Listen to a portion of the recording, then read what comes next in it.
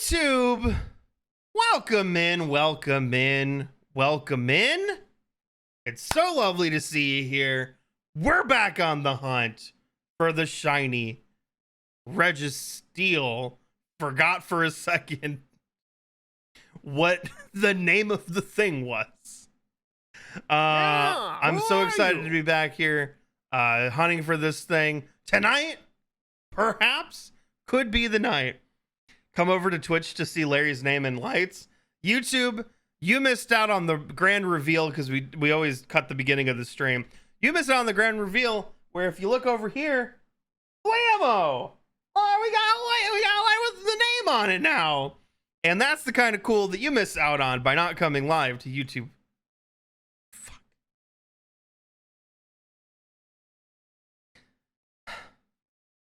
And that's what you miss out on by not coming to twitch.tv/HitMeLarry and watching the stream live. But that's okay. We still love to have you here. Oh, is that a new perfume? It's nice. It's a nice. All right, let's actually get to look. I've been not playing for so long that the game is yelling at me and going, I'm gonna fall. I'm literally gonna fall asleep if you don't play the game. I believe I'm gonna get the shiny tonight. You put all your channel points on it. Oh, uh-oh. I can tell you one thing for sure. We're definitely gonna hit 2,000 tonight, or maybe we're not, because maybe just perhaps maybe we're gonna find the Registeel before that. Mega Agron, thank you for the sub, the 4-month sub. Love to see it. Thank you so much. Really, really appreciate it.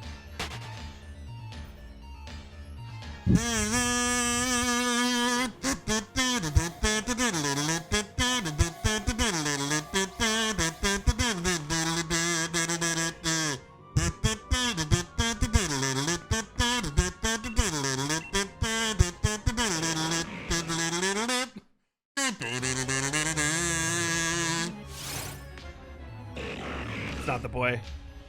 He's gray. He's the wrong color. Considering Larry's odds for Regirock and Jeremy's odds for Blurtle, you don't have high hopes. But it could happen at any moment. It could have happened at number 1. You don't know. It's a 1 in 40/96 chance.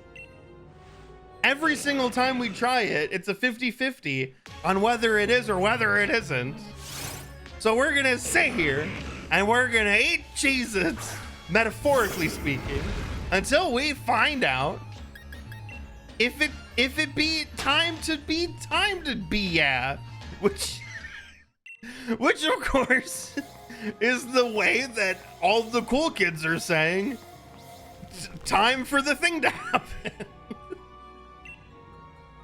Do you know that old famous saying? It's time to be, yeah. It's everyone. Oh man, they're saying it in the schools. They're saying it on the streets. They're saying it in the grocery stores. They're saying it at the chop shops. They're saying it at the psychiatrist's office. It's just the time to be.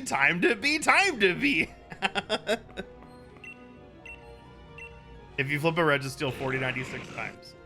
Yeah, we will. Or we won't. Because we're gonna get it right now. No, it didn't have, like last time I tried to be excruciatingly pessimistic about it, and that didn't work. So I'm back to unwavering optimism. I am so excited that we're gonna get the shiny tonight. It's gonna happen. When you put out that much, that manifestation into the world looks back and says, you got it, buddy. It be happening. Wait, was that any Turks in chat care to weigh in about I mean, to be fair, It's not our business, but the Turks. You know, both Turk Turkleton and Carla themselves, the Turks. Did you know that Don Faison foosball Don Faison's in a new sitcom. He's in a new sitcom called Extended Family. The premise is Don Corleone. I don't think so. Hey, I'm gonna put the horse in your bed. Hey, Eddie, I don't know what Don Corleone is Watto. Hey, Eddie, if you don't win that Tatooine race, I'ma put the horse in your bed.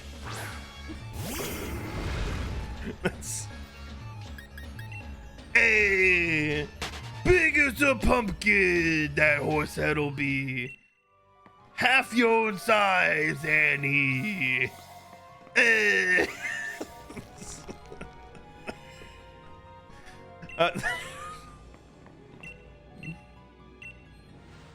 Anyway, Don Faison. So the premise of this show is it's John Cryer is like the lead, and he's oh, I forget. I think it's Abigail Spencer. I think is the main female lead. And so it's like John Cryer and Abigail Spencer have divorced, and they have set up a strange situation that rather than splitting custody of the kids in the normal way by having, you know, the kids live with dad, the kids live with mom. The kids live in an apartment and the parents come in and out. So like if it's John Cryer's like weekend to kidify, then John Cryer like lives at the apartment. And if it's Abigail's turn, then she's there. But then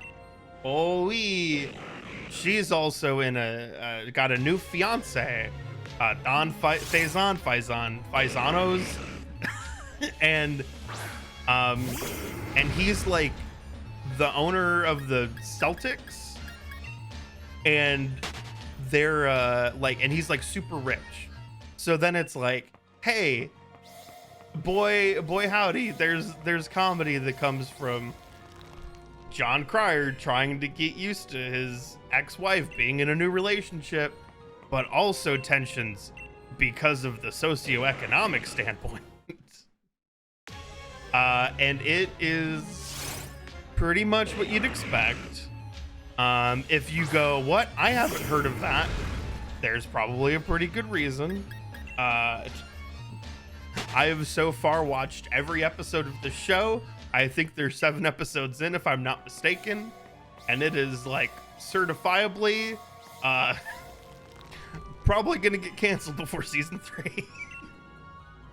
The problem is, and this is honestly no slight to this show, which is called always forget, it's X, press yourself, XX Extended Family, emphasis on the X.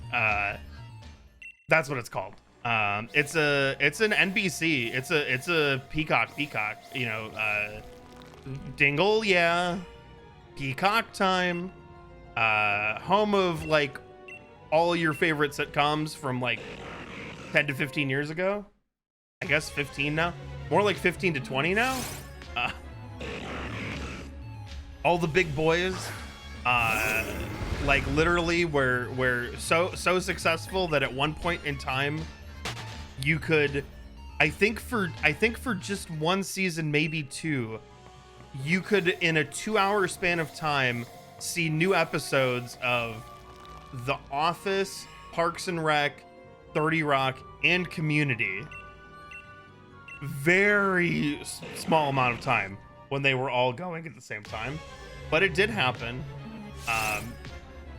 This is what I'll say in defense of Extended Family. It is the kind of show that like could probably be like, you know, it's like whatever now, like a 3 or 4 out of 10, and by season 2 could maybe bump its way up, and then, you know, with enough time, like maybe be really awesome. But people's attention spans are just so short these days, and networks will not give the time of day for anyone to have any time. And so nowadays, sitcoms that like could be amazing by season 3 get canceled after season 2. So you watch season 1 and you go, that was bad. And then you don't watch season 2 because season 1 was bad, but then season 2 was pretty good. And you're just starting to hear rumblings that season 2 was pretty good. And by the time that you just start to catch up on season 2 being pretty good, it's gone and it's canceled. Because that's how it goes now. That's exactly what, and I think I badmouthed the show pretty bad when it first came out, so I'm at fault. But that was exactly how I Met Your Father went, where the first season of that show is like real bad. It's like a 2. It's like barely a 2. It is certifiably like, oh boy. But there's like a couple glints and gleams where you're like, they got that British guy and he's pretty funny. And then like they take a season to figure it out. And then season 2 is like certifiably so much better that when season 2 ended and then they canceled the show, I was sad. I was a little upset.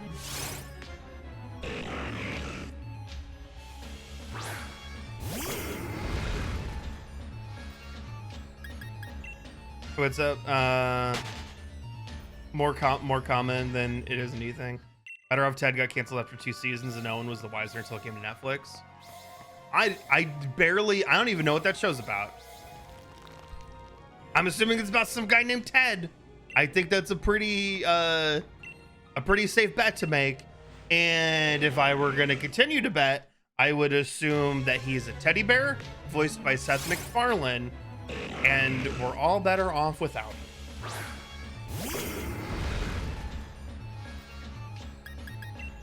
But maybe I'm wrong. You've never been a sitcom fan? Is it like, pick your poison then. It's like sitcoms, sports, cartoons, anime, internet.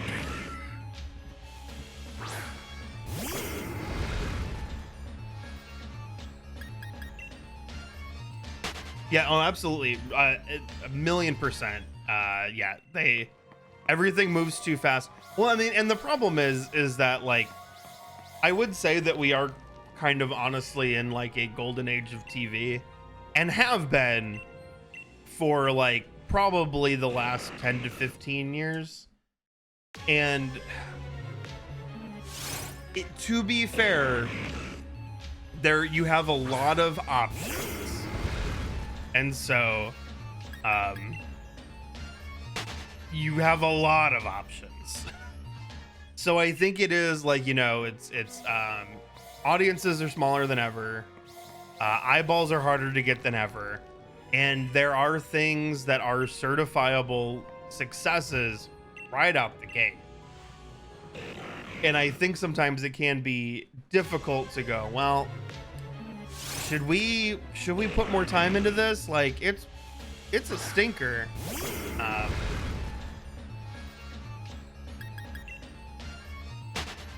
So yeah, you know.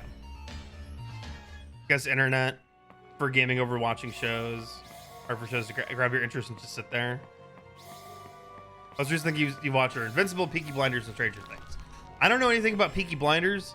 I assume that it's like somebody who just sits in their house all day, and then they want to know what's going on with their neighbors, but they're like too afraid to be like hit by the sun, maybe because they're a vampire, and so they go eat. Ooh, Peaky Blinders. Ooh, Deborah got a new coat. Oh, Peaky Blinders. Oh, Jim's running around without pants on again. Oh, Peaky Blinders. Ooh. That's what I imagine that show is.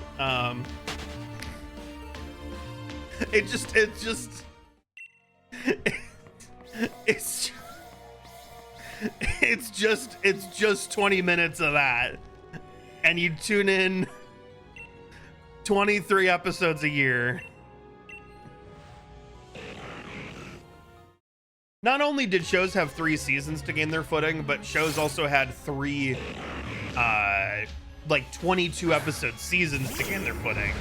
And nowadays you're lucky to get 13. Typically you're getting 10 or 7 or 5, you know.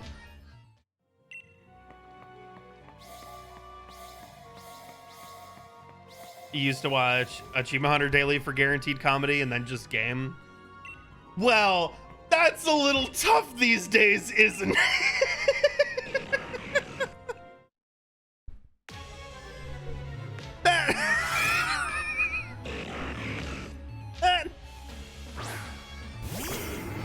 That's just a little hard to do.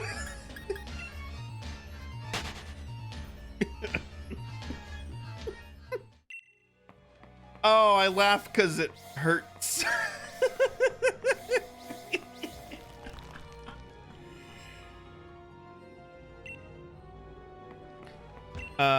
Do British shows really go as low as 3 episodes a season? I know that British shows like notoriously like a series order would be 6 episodes. And maybe, and perhaps just maybe, you could get like 2 series orders. That's, I mean, like UK Office, I think is what, 12, and like maybe like a holiday special or something. Faulty Towers is 2 6-episode series.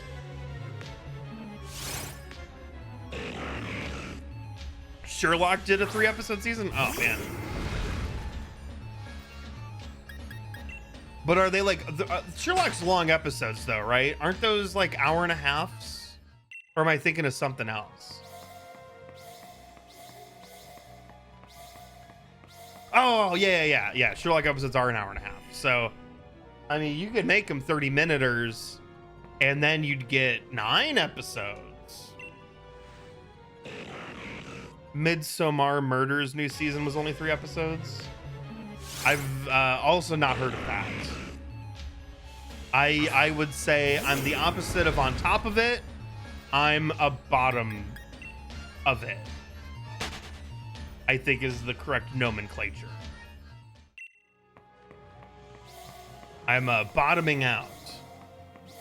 I am but a bottom. I have been bottomed. Something like that. I'm the opposite. Yeah, the opposite of on top of it. Yeah, the opposite of on top of it is I'm a little bottom boy. Pretty sure that's what that is. You get shows like Red Dwarf had 12 series and only 74 episodes. So what? 6 times 12 is 72. And then we got 2 more. How do you do? So 2 series had 7 episodes, or they had 2 specials.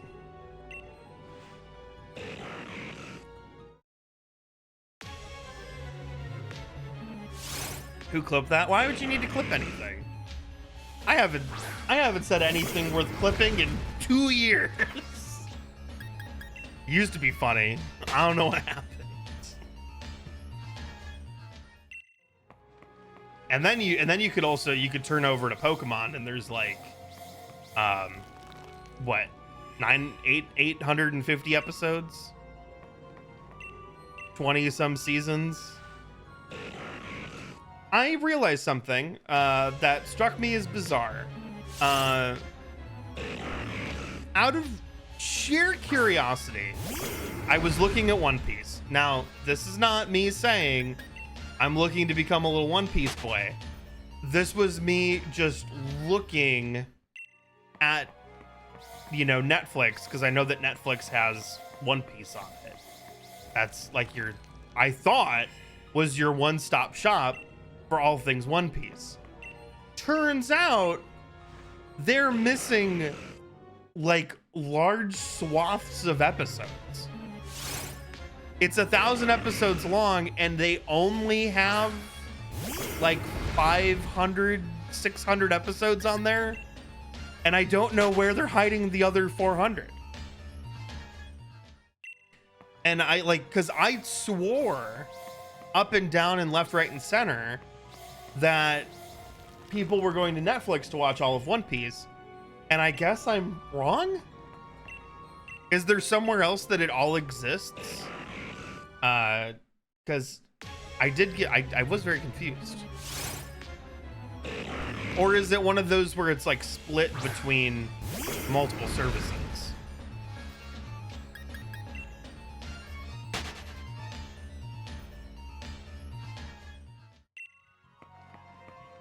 Wait, oh, Netflix stops it. I thought Netflix stopped it. Not. Oh, Crunchyroll has the whole series. Oh, yeah. Well, I'd have to buy Crunchyroll to watch it then. Well, I guess that'll keep me from ever watching One Piece, which is probably for the better, because I don't need 1,000 episodes of television in my life. Nothing against One Piece, just I don't think it's what I need. Can't commit to a 20 episode show, let alone 1,000. Exactly. That's just so many episodes. At some point, like, Yo-Ho-Ho, he's gonna take another bite of Gum Gum. Yao, yao, yao, whoa. His name is Luffy. There's only so much you can do. There's a website that tells you where to watch all of Pokemon since it's so split up. See, back when I was in...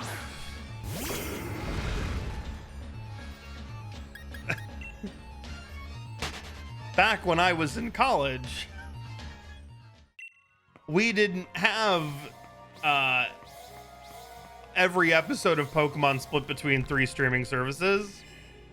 What we had was if you wanted to watch Pokemon, you had to go to shady websites and watch it there with not pirating per se. It was streaming, but it was websites that didn't have the right to stream it. And I never did this, but boy howdy, that is how my girlfriend at the time watched a lot of episodes of Pokemon until 4 in the morning and then slept through her morning classes. And maybe that's why she failed out of her freshman year of college.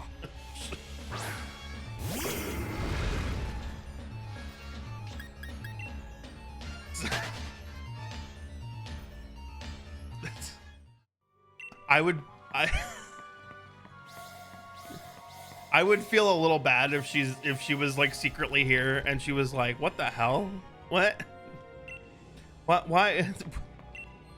What? No.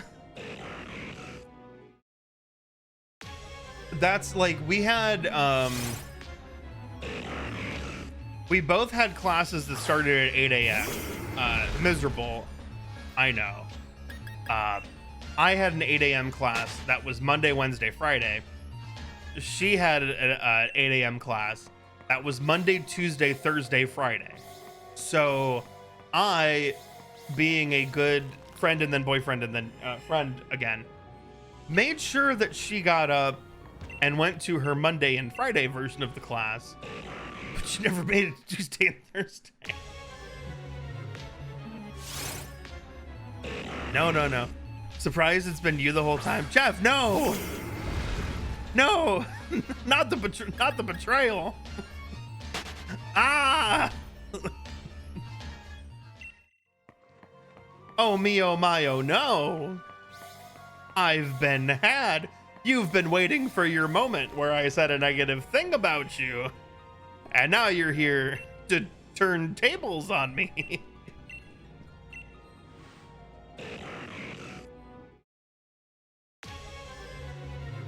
Morning classes are meant to be slept through. Oh man, I'm that guy. I don't think I like intentionally skipped a class in college. I never ditched. I never didn't go because I didn't feel like it.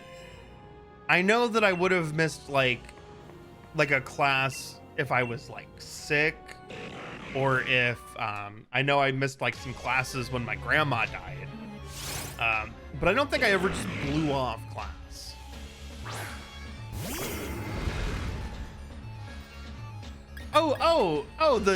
You're actually using the wholesome in the correct way.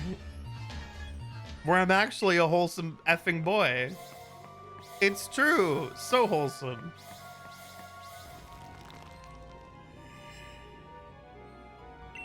You had a 7 a.m. math class, you dropped it immediately. I imagine half the class dropped it with you. I imagine half the class dropped it with you, and a quarter of them didn't drop it but never showed up. And then another quarter of them missed like half the classes, and another quarter of them actually showed up for all the classes. Probably. Something in that universe.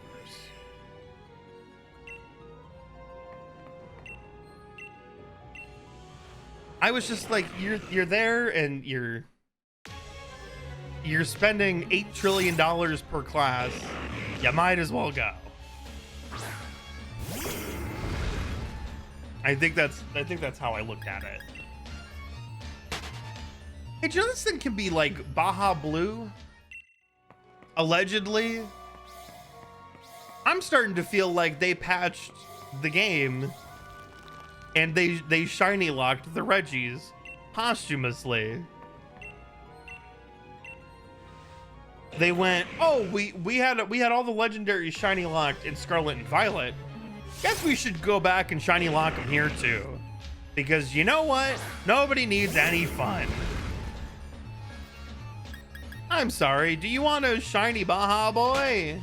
Well, you can go fuck yourself.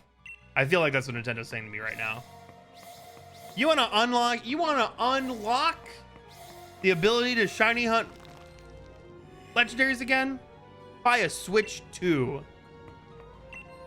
Buy a Switch 2. We'll release the Sword and Shield / Scarlet and Violet double pack now with unlocked shiny legendaries.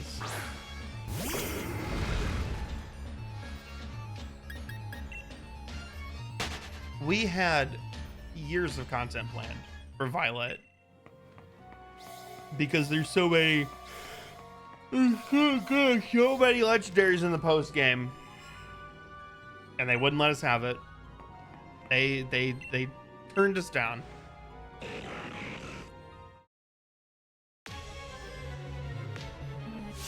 Calculated each how much each class costs, and you said you wouldn't want to waste that much money, so you're gonna class.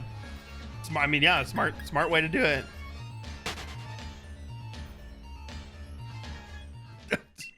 now that I said it, they're gonna do it. Oh man, they will too. Yes, sir, Nick. Welcome to chat, by the way. So lovely to see you here. Yeah, well, I mean, honestly, look, with as much Pal World as people are playing, they might have to emergency patch and go, oh, F.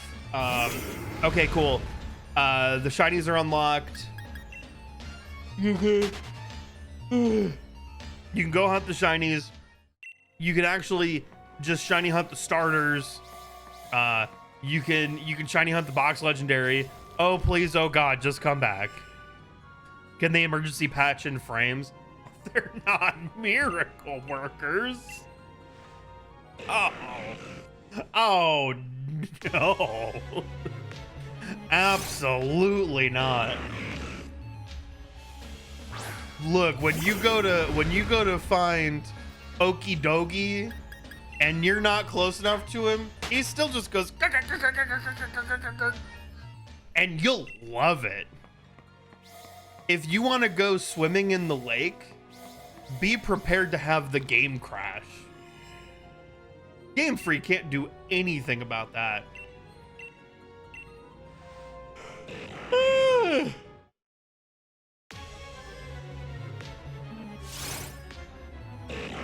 What do you think Pokemon Game are getting this year?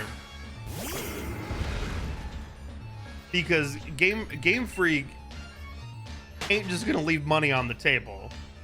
They're gonna release a Pokemon game this fall. It won't be Gen 10, but I mean, like, not only are they gonna want to release a Pokemon game, but they're gonna want to release a Pokemon game that is going to take advantage of the power of the Switch too. Gen 5 remakes outsourced to game. Oh no. Predicting something in the style of Legends Arceus. Legends Bruxish. Pokemon Legends Stunfisk. Legends would be pretty cool. I'd be down for that. I don't feel like it would be Gen 5 remake.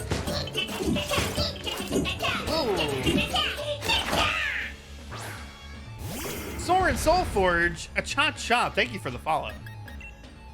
Welcome in. Legends Clodsire?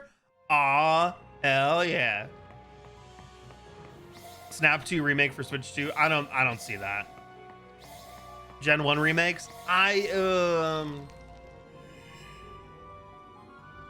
guess they do remake Gen 1 more than anything, right? But the Switch output was Go the first one? Was Go Let's Go rather? Was it Let's Go? It was Let's Go Pikachu and Eevee. I don't know if I have these in order. Let's Go Pikachu and Eevee. Sword and Shield. Legends Arceus. Critical Diamond and Splashtastic Pearl. Scarlet and Violet. Snap 2. If you want to count that. But I mean, as far as like raising Pokemon, gaining Pokemon, achieving Pokemon, I wonder if they would do. Yeah, I wonder, like, Legends was really cool. I wonder if they would do that. I feel like they might do something more in the style of like a Let's Go. But I don't know. I also feel like, knowing Pokemon Company, that I'm not so sure that the new game would actually be taking advantage of the power of the Switch 2. It may just be a Switch game.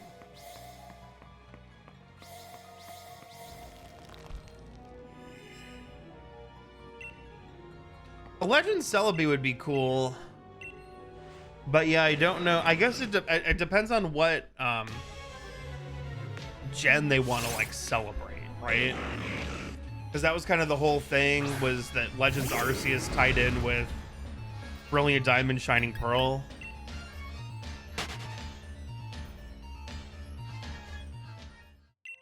Loved the art design in Let's Go, but didn't like the motion controls. I don't think I played enough Let's Go to be really turned on or off by the motion controls. I think I was more just vibing than anything. I never finished that game though.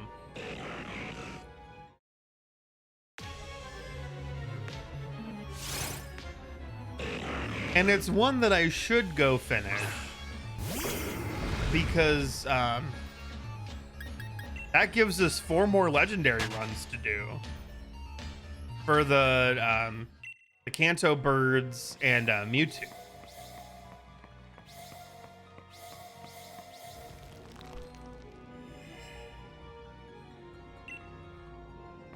They'd use that art style for BDSP, it would look good. Oh, I'm sure, yeah.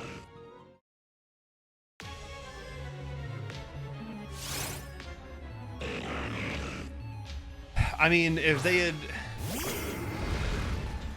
like, oh man, if they had used that art style for Scarlet and Violet, it would have looked good. I don't know, maybe not. Scarlet and Violet's an ugly game. See, that's like, I think it's more than anything, I just want like a different Pokemon game to like sink my teeth into.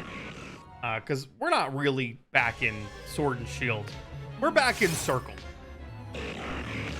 Like we're living in Circleville.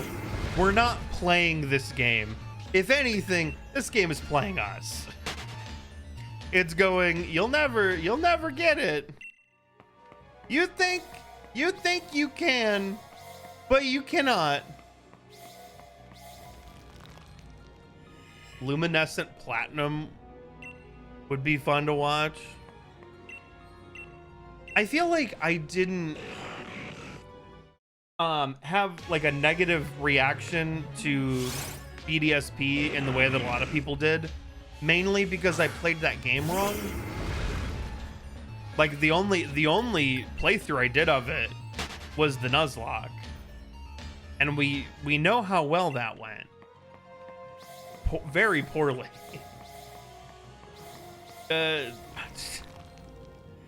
I cranked the ouch to overdrive and we didn't go well.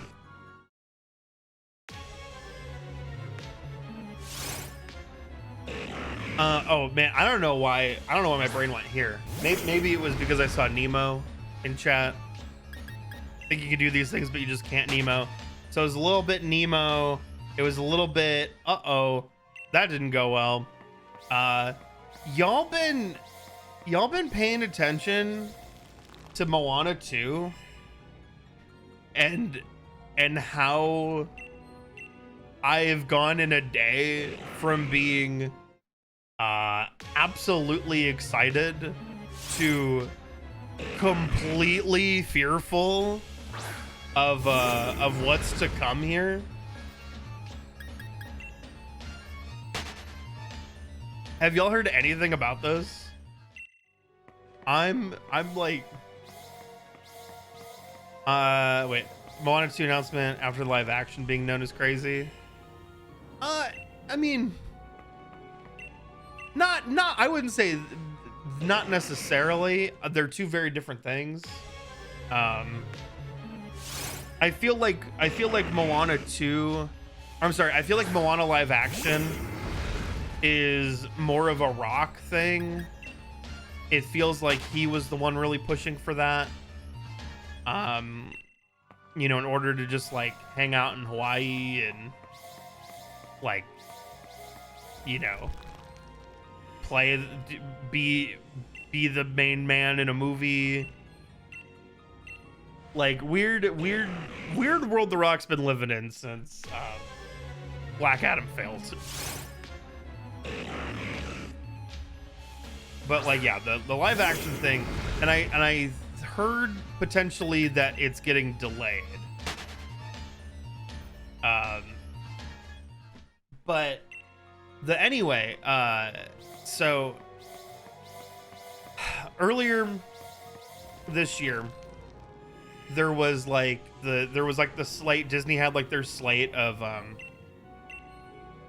slate of movies that they had for this year, you know, between like Disney, Pixar, 20th Century Studios, aka Fox, you know, Marvel, so on and so forth.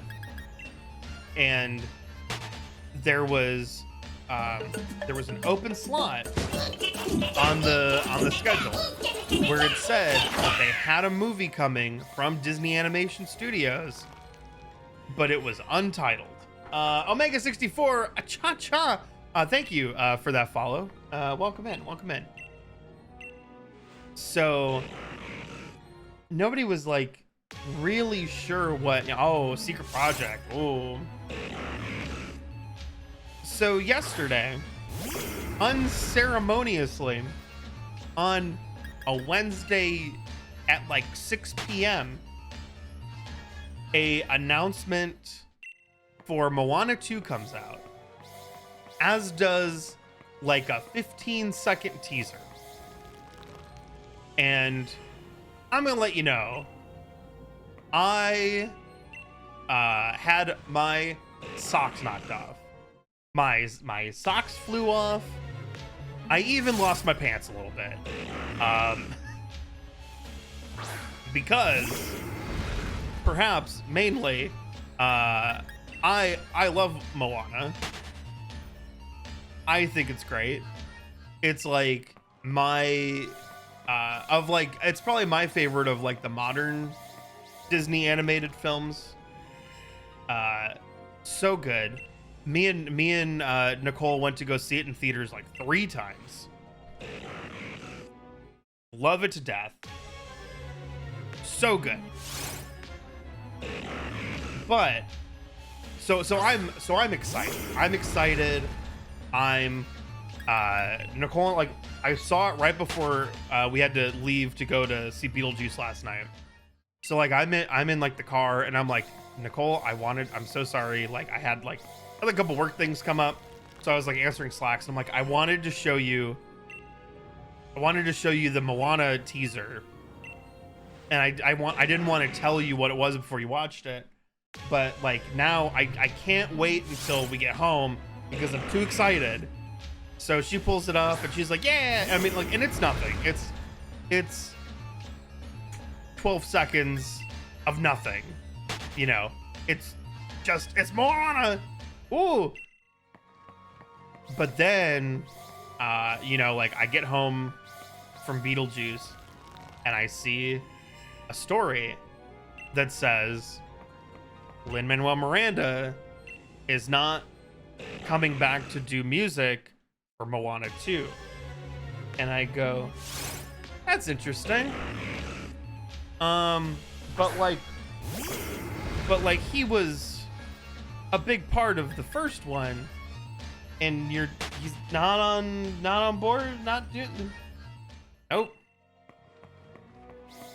That's when today I start seeing stories, and one of them is that because I'm also sitting here going, I could have sworn that they were working on a Moana TV series for Disney Plus. And and the answer to that is yes. But the situation seems to be that perhaps that wasn't going very well. And so they scrapped the show and are turning the show into a movie a la something like Atlantis 2 Milo's Return, which was in the exact same boat.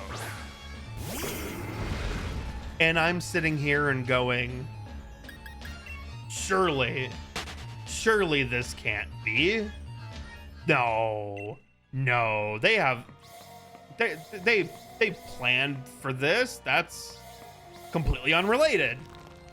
Until just before stream, I see another story from Deadline, which states that, and forgive me because I do not know her name off the top of my head, but basically a story that says that The Rock and the actress that voices Moana are in talks to come back for the sequel. So I'm like, wait a minute. You're announcing this thing unceremoniously in February. The movie is slated to come out the day before Thanksgiving. And you don't have the two leads on board. Uh-oh. We're in danger. We are, beep, beep. That's the critical danger alarm going off. Wee-oo, wee-oo, wee-oo. Uh-oh. So suddenly I have gone from like being so unbelievably excited to all of my hopes and dreams are crushed, and I will never know another shred of happiness in this life. In the matter of a day. Disney has some great sequels. They've had some crap sequels as well. It's gonna be the latter for sure. Yup.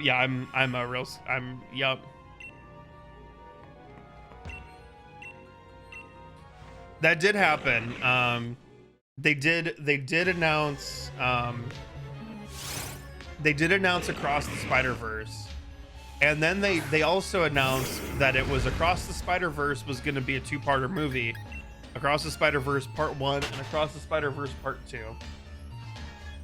Then that got changed to Across and Beyond. Everybody went and saw Across the Spider-Verse, yet there was a collective amnesia where everybody forgot that they announced that it was going to be a two-parter. Everyone saw the end of the movie and went, oh my God, I had no idea that this was going to be a two-parter. And I go, what? And then yes, and they made it seem like Part 2 was going to come out within 9 months of the first one. And then then the movie came out and the actors were all like, I haven't recorded a single line for Beyond the Spider-Verse yet. And that's when everybody found out that that wasn't true. And there was and there was no way we were getting Beyond the Spider-Verse before 2026, probably. Maybe 25. Maybe 25, but probably not. Hey, do you also remember when they announced that you know, the story for Fast and Furious 10, also known as Fast X, was so big that there was no way it could be contained in just one film. So they were gonna have to split it into two movies. And then like 4 days before the movie came out, there were hints that perhaps they were splitting it into 3 movies. And then the movie came out, which ended on a colossal cliffhanger. And then everybody found out that no work has been done on the second part of the final film. And how they didn't write and shoot and produce both of them together is beyond me. And now we're gonna have to wait years for Fast 10 Part 2, your seatbelts. And there may be a Rock movie in the middle of it. There may be a Luke Hobbs movie right in the middle of it. But nobody knows. Because all these studios are a mess and nobody has their heads on straight. No, not another Hobbs and Shaw, just a Hobbs and Hobbs. Nothing made it seem like it was gonna be a Hobbs and Shaw 2. It just seemed like they were perhaps, spoilers for Fast and Furious 10, buckle your seatbelts, was that in the post credits, oh shit, there's Dwayne the Johnson Roxon Luke Hobbs has come back to the franchise. And suddenly, you know, all that beef that The Rock and Vin Diesel had may have just been for show. Remember when Vin publicly went on social media and went, "Hey, Rocky baby, Fast and Furious is all about family. You gotta come and finish the fight. Do it for Paul." And then The Rock was like, "Nah." And then that was all a ruse. But maybe it's not, because he may be disconnected from Fast X Part 2, because they may just do a Luke Hobbs movie showing what he was doing during the events of Fast X. Oh, what a mess. Oh, what a mess.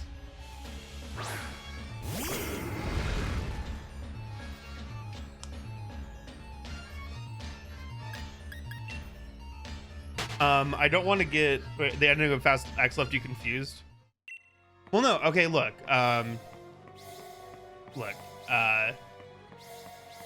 All of Vin Diesel's friends are dead.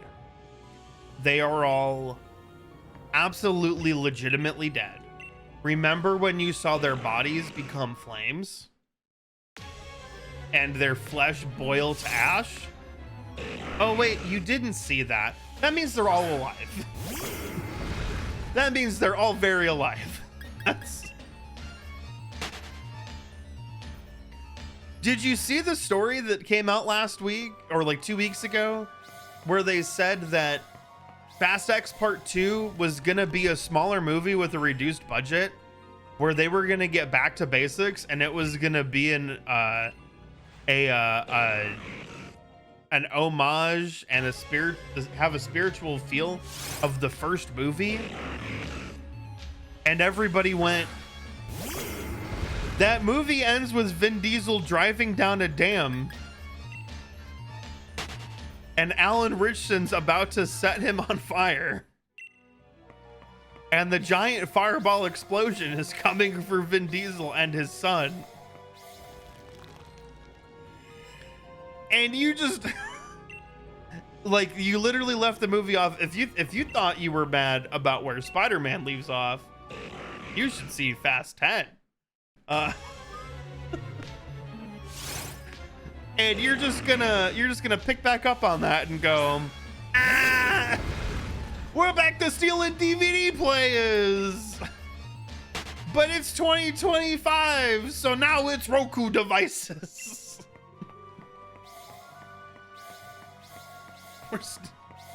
We're stealing Rokus and Apple TVs. Chromecasts. Google Chromecasts. Honestly, it would probably be smart TVs. We're stealing 65-inch smart TVs over here. Absolutely. Oh, stealing Apple Vision Pros? Oh, hell yeah. $3,500 a pop. Apple, if you're watching this, I think the Vision Pro is a great product, and you can gladly sponsor me. I will take one off your hands, and I will say nice things about it. And I will sit on this stream and go, bleep, bleep, bleep, bleep, bleep, bleep, bleep, bleep, bleep. And we'll be having a lot of fun.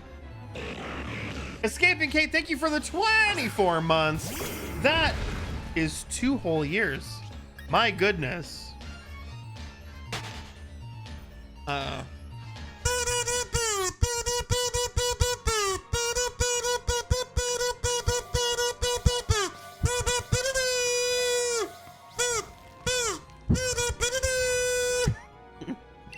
Tokyo Drift does not translate to kazoo very well.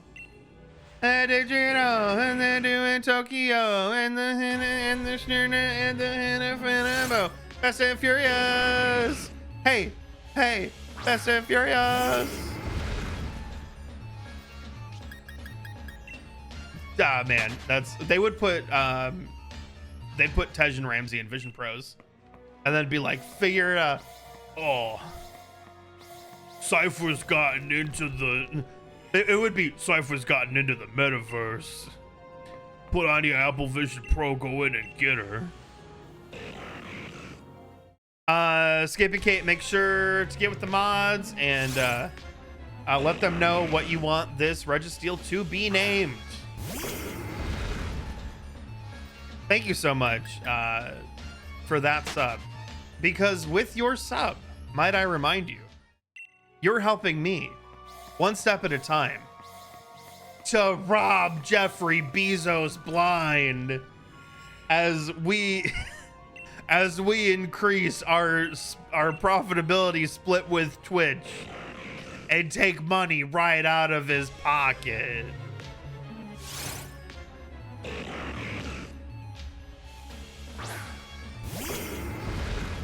It's gonna happen.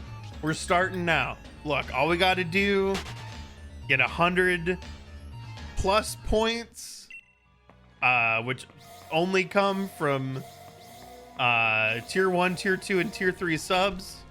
We're gonna get our 100+ points and get our 60-40 split come May. So thank you for helping the cause. Yeah, who are you?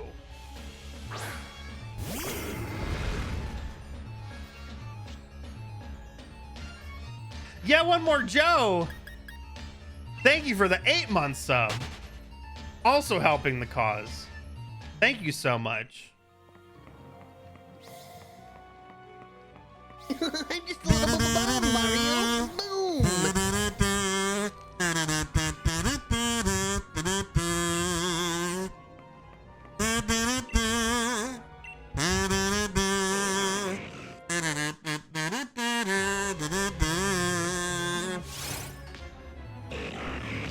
Oh, One Tough Chick, thank you for the 5 gifted subaronis.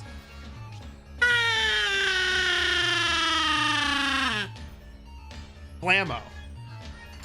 Thank you so much. I can't My good wait golly to goodness. bomb some Skinny Mikey, Dodongos. thank you for the 10 gifted subs.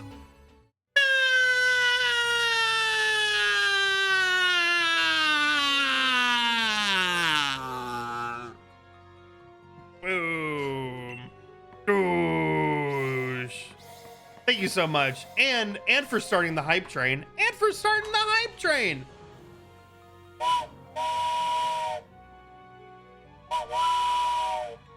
Choo choo. Does being a broke lurker help the cause any? Yes. Absolutely. Look. If you're here, that is support. If you're here watching the stream right now, that's supporting the stream. That's showing Twitch that you care about me and my streams. That you want to see them here and live. So yes, that helps, you know. The more people here, the higher up we move the you know, if somebody goes to Pokemon, if they're just looking through and they go, wow, that Larry fellow sure, you know, has a lot of people viewing, maybe I should check him out.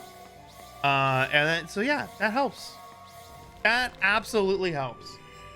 Let me get some rootin' dootin' bootin' going on. Violet, thank you for the 100 biddies. What are some? We got to do some hype train related songs.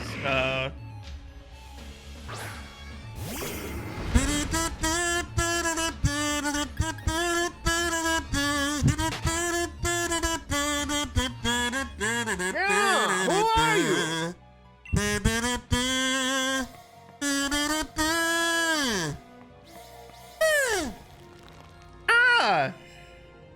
Dr. Squidopoulos, thank you for gifting 12 months of subs to Professor Titopoulos. Holy guacamole, thank you so much.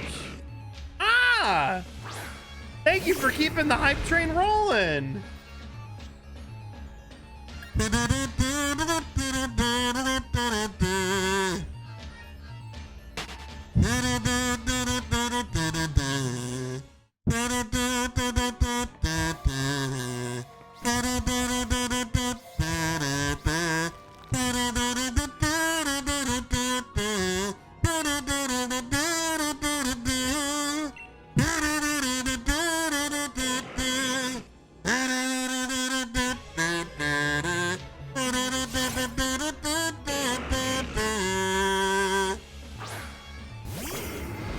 You just found out that you can give multiple subs at once. Yeah, I think we've had one other 12-month gifted sub on this channel. I believe Awesome Kick has that one. Wow, that's so incredibly nice of you, Professor Titopoulos. Enjoy your year of subbage, thanks to the good doctor over here. Can you give your votes to the white? Absolutely, you can.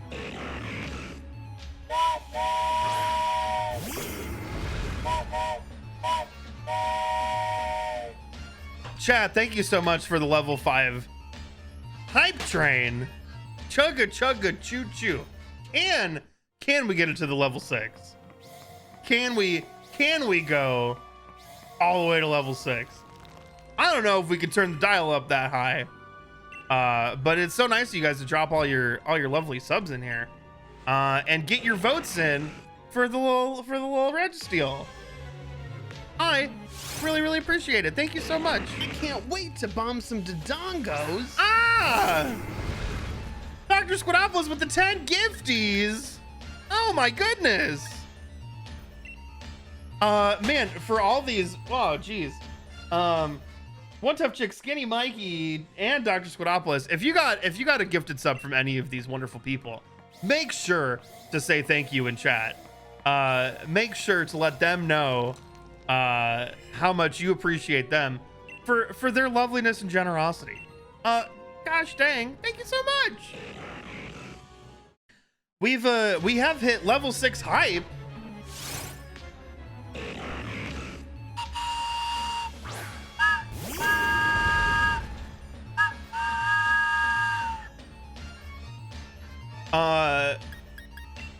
Y'all, how about this? Because I so rarely bring it out. If we can get to the level 7 hype, I'll play the Kazobo. Doot doot. The loudest. Level 6 hype for the Baja Blaster. The loudest kazoo in the arsenal. I'll do it. I'll do. Angerman, thank you for the 250 bits.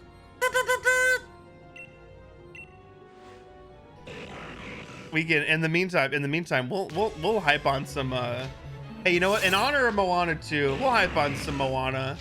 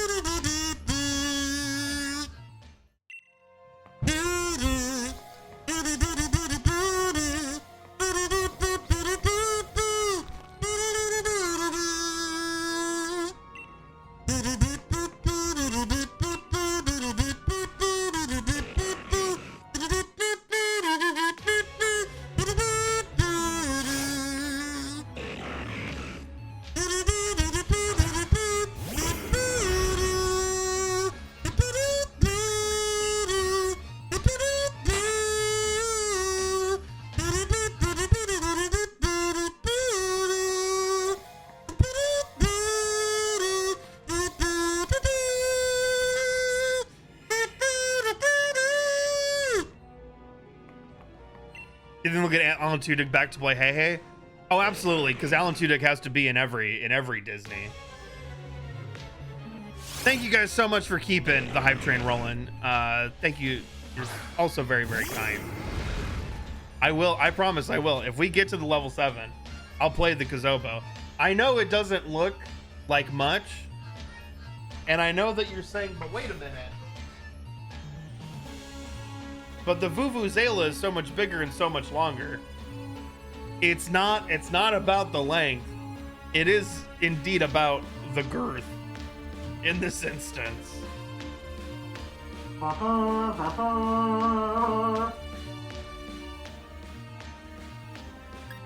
I sure? Yes, we played the Kazobo when we first got it. And I had to back far away from the mic in order to play it because it's a monster.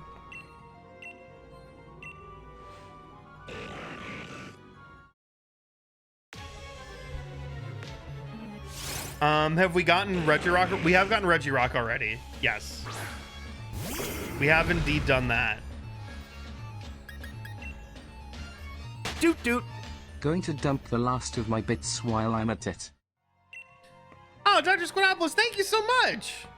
Doot doot. For the Gold continued PLZ Kazobo. for the continued kindness. My goodness. And Benny, thank you for the text-to-speech bits. Praising the Kazobo. We are halfway to level 7 with a little over 30 seconds to get there. I don't know if it can be accomplished, but I'm a firm believer. Can we go all the way?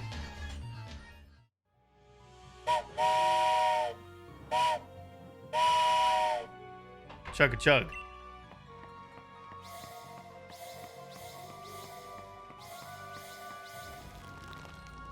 And the hype train has sailed. Doot doot.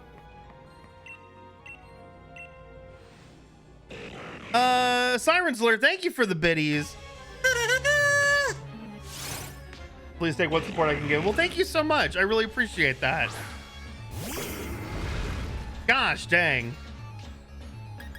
What a hype train. Thank you everyone. Oh man. If again, if you received a gift sub from any one of these lovely gifters during that hype train, make sure to say thank you.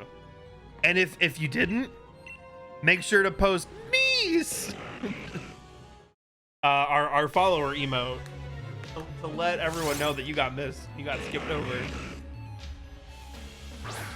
The train has sailed. Choo choo.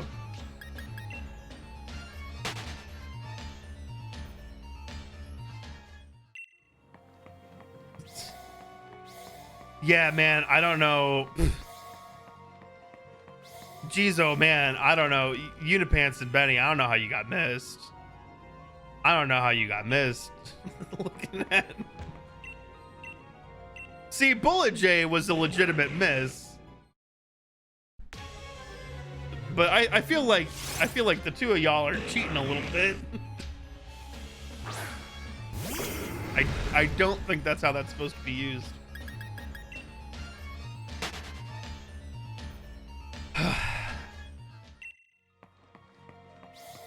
It's the next one. I can feel it. I can feel it.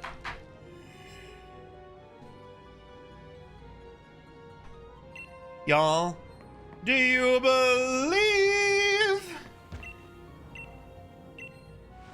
Do you believe that it's the shiny? Yes, no. No.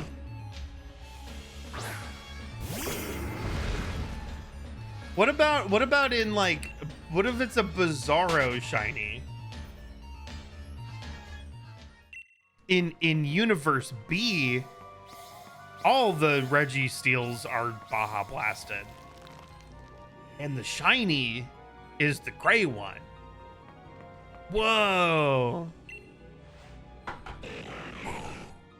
Makes you think, doesn't it? Really makes you think.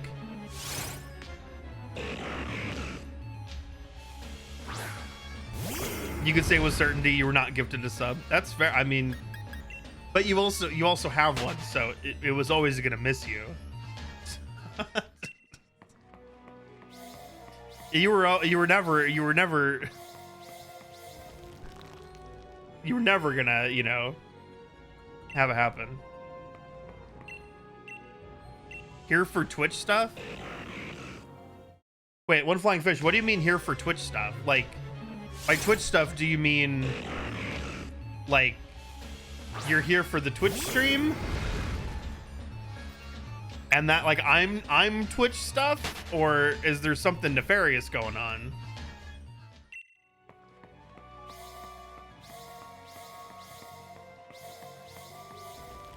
Yeah, look, I'm all about multiverses now, baby. After we played Suicide Squad Kills the Justice League, and we went to Earth 2, I'm like, man, Pokey Earth 2's crazy. Do you know that they have yellow Gengars there?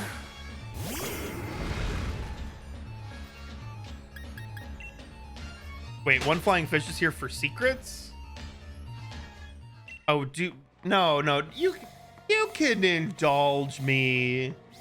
You can let me in on the secrets. It's fine. It's okay. You can dish. You can spill the tea. You can mop the goss. Smop the goss. I'm too famous to know. What level of fame do you think I have? Yeah. You think I just walk around everywhere and people go, hey, it's Twitch partner Larry Madavina, it me Larry.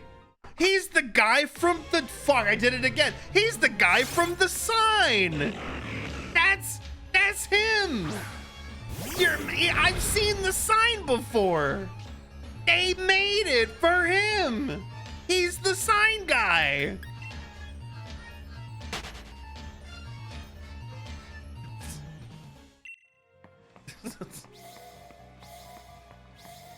He's the guy, yeah.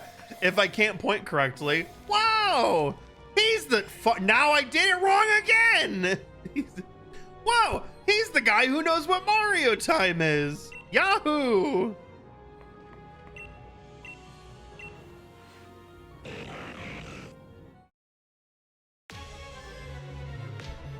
You're on a mission from God or playing Yakuza? Are you playing, when you say you're playing Yakuza, do you mean the new one, Like a Dragon, the band who forgot his name or whatever it's called? I gotta learn from it. Well, okay, so here's the thing, is because like it's reversed because I'm looking at a mirror. So when I'm like looking at the screen, I go, yeah, the Mario clock is on the right hand side of the screen. So I need to, if I point here, it's there, but it's not. It's over there. So, you know, it just, oh, just like a dragon. Ooh-wee!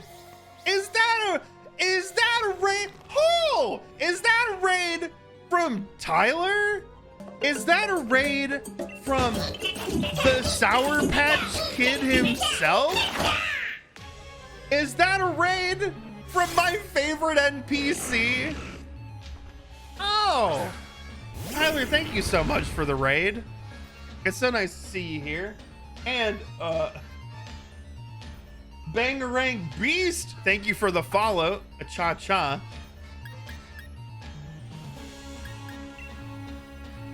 It is shiny time. I agree. How was Lethal Company tonight, Tyler? I hope you didn't get seasick. I hope you got lots of scrap. I hope you didn't get fired. I hope you made lots of money for the good of Davey Zaslav. You carried as usual? Oh, I bet. Oh, I'm sure you did. Oh, this was Jacob's first time. They were awful until Jaren showed up. Oh, did real Captain Jaren come and save the day? What about, but I thought Sarah was so good. But was Sarah just incapable of carrying Jacob tonight? Big sad if true. Tyler, before you leave, I know it's bedtime. And that you stayed up until midnight last night and you were a sleepy boy. And then you stayed up until 11:30 again. But I need you not to leave. Because I need to show you something. I meant to show you the picture of it in the office today, but then I got busy and then I didn't do it. So I need to show you that see this little blue glow here in the corner of my webcam? That's not just any blue glow. That's me, baby! Look at the sign! Look at the sign! That's the we got the sign! It finally came in. This was the sign that we got from making it as far as we did in the Twitch Hype Challenge last November. So again, so thanks to all of you here in chat who supported during that time. Now we got the sign. We did it. And it's so cool. It's so cool. How cool is it? Mondo cool, Mondo cool, Mondo cool. That's right, boys. Mondo cool. So cool. So cool. Kelsey Stewart, thank you for the sub, the 15 months. Really appreciate it.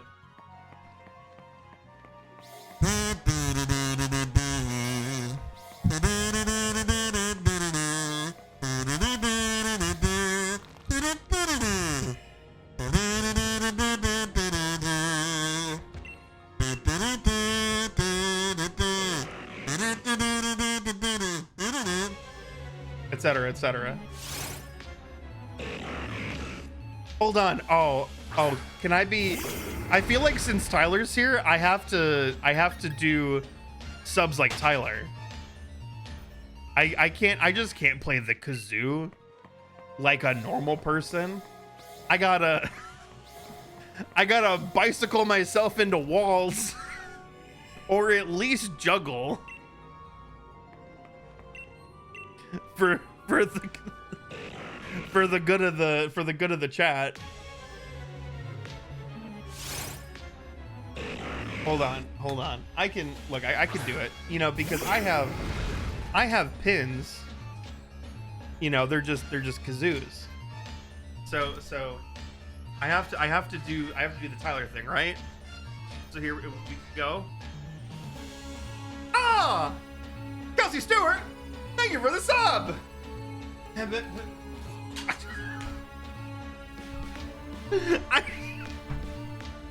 I just threw things. All I did was throw things.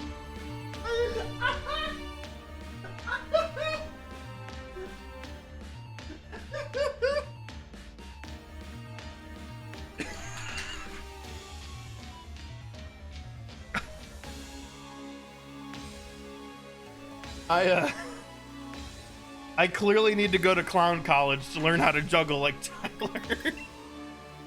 That's the first step to juggling is throwing things in the air, and then the second step to juggling is catching them.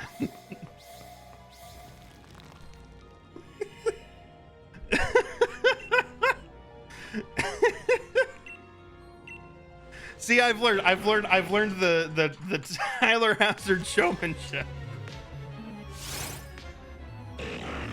I took much like Ninja, Tyler did a streamer boot camp, and boy howdy do you know I signed up for it.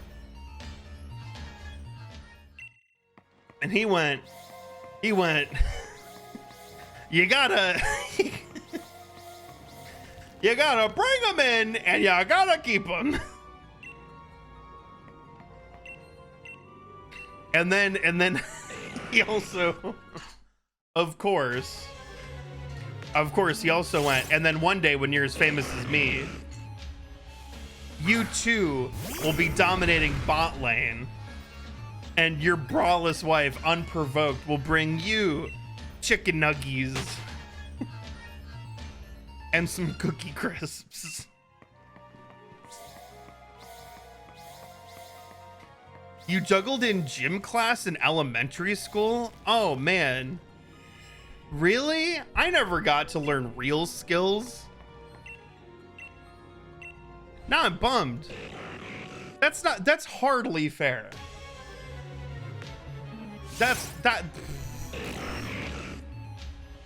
No. Also did cup stacking in unicycle. Are you sure you didn't go to clown grade school? Like we did like line dancing and Casper slide. Pennsylvania schools are weird. I guess so. Oh, the parachute thing. Yeah, where everybody lifts the parachute and then you like flip it over your head and then everybody gets down and you sit on it. You sit on it like you're in Happy Days. Oh. The parachute thing was awesome. I did love parachute day. And also before you did like the parachute, you'd like throw a bunch of like beach balls on it, and so then the beach balls would like go flying up into the air. Noisy Mix got Suicide Squad. You're enjoying it. If you don't think too much about it, it's fun. Yeah, no, I had a good time with it. The only reason I'm not playing it tonight is because we finished the story. Like if we still had more story to go, I would be doing it. And I still might do another stream in it next week to like dabble with endgame stuff. Mainly so y'all can get your Twitch drops via me. I want to hook you up. Shiny hunt over everything else. Well, I mean, we took a couple weeks off of shiny hunting. We're back. I panicked as to when it came to what I was gonna stream tonight. Like I had thoughts of, I got home a little late, and then it took us a while to cook dinner.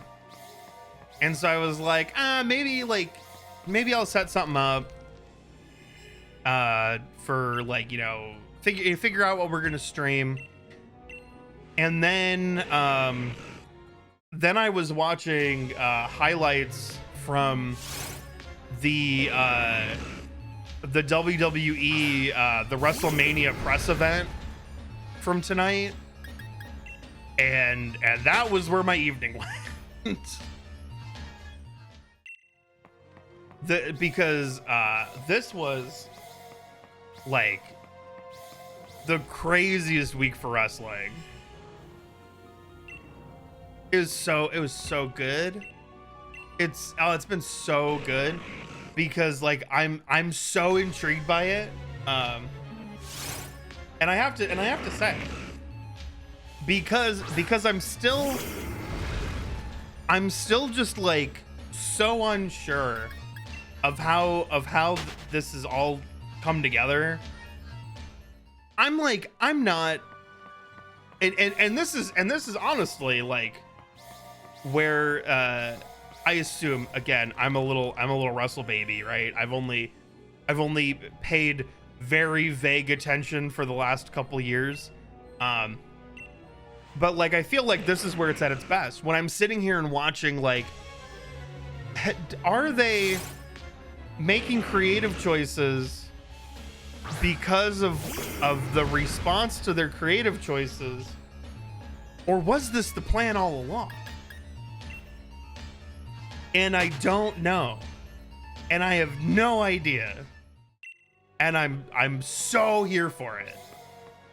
So for y'all who may not know what's happened, I'll do my best rudimentary explanation based off of my understanding of what's going on.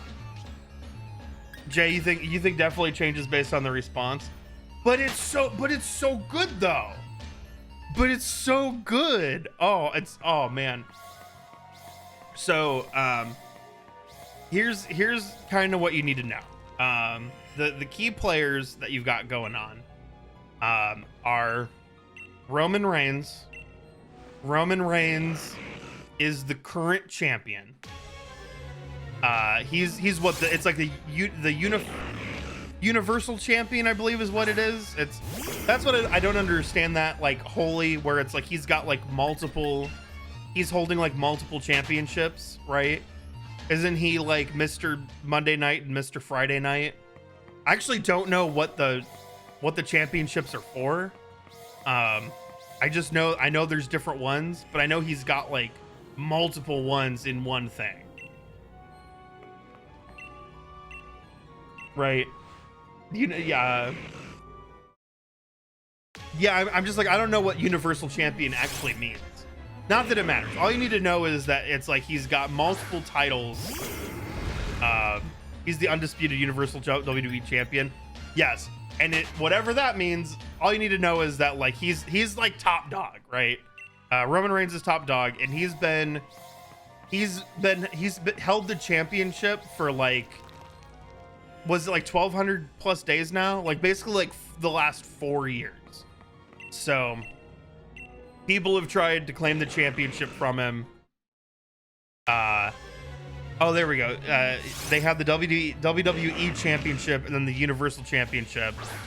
So he won both belts and combined them into one. Okay, yeah. So yeah, he's Mr. Big Shot. He's been Mr. Big Shot for like 4 years. And you know, people come and try to like, you know, wrestle him and take the championship away, and they've failed. So 2 years ago, as a surprise at WrestleMania, Cody Rhodes comes back to the WWE. He is the son of another famous wrestler, Dusty Rhodes. He used to be in the WWE. He left to go to AEW. He was a big part of AEW, and then he left AEW and he came back to WWE. So key player number 2 in this story.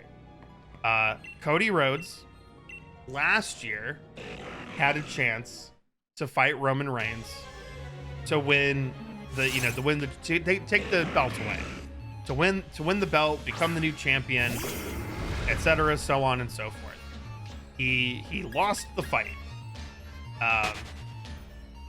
That's all you need to know for that. There's more to it, but he lost the fight. So then this year, Cody Rhodes, like just 2 weekends ago, wins the Royal Rumble. Because he wins the Royal Rumble, it gives him the chance to challenge anybody he wants at WrestleMania, biggest event of the year. And he points to Roman Reigns. Like he's like, I'm gonna fight, basically he doesn't say it, but he's like, gonna fight Roman Reigns. Cody versus Roman, round 2. It's gonna be a good time. So then this week on Monday, or no, was it Friday or was it Monday? No, he showed up at SmackDown, right? It was last week Friday. Is that right? Yeah, he showed up on Friday. Okay, so Friday, third part of this, Dwayne "The Rock" Johnson. Super famous wrestler, now famous Hollywood star, so actor, and might be Maui and Moana too, but who knows? He'll sign the contract. Crazy, insane. So the end of the Friday night show, because wrestling's got like 3 shows a week. They've got like a Monday show, Friday show, and a Tuesday or a Wednesday show, whatever. So at the end of the Friday show, Cody Rhodes comes out, and he's talking smack with Roman Reigns, and they're squibbling and squabbling, and Cody basically is like, I've been talking to people about you, and and like trying to get counsel on what to do, and and one of them was real interesting or something. I forget exactly what he said, something like that. But then The Rock comes out. This isn't exactly surprising.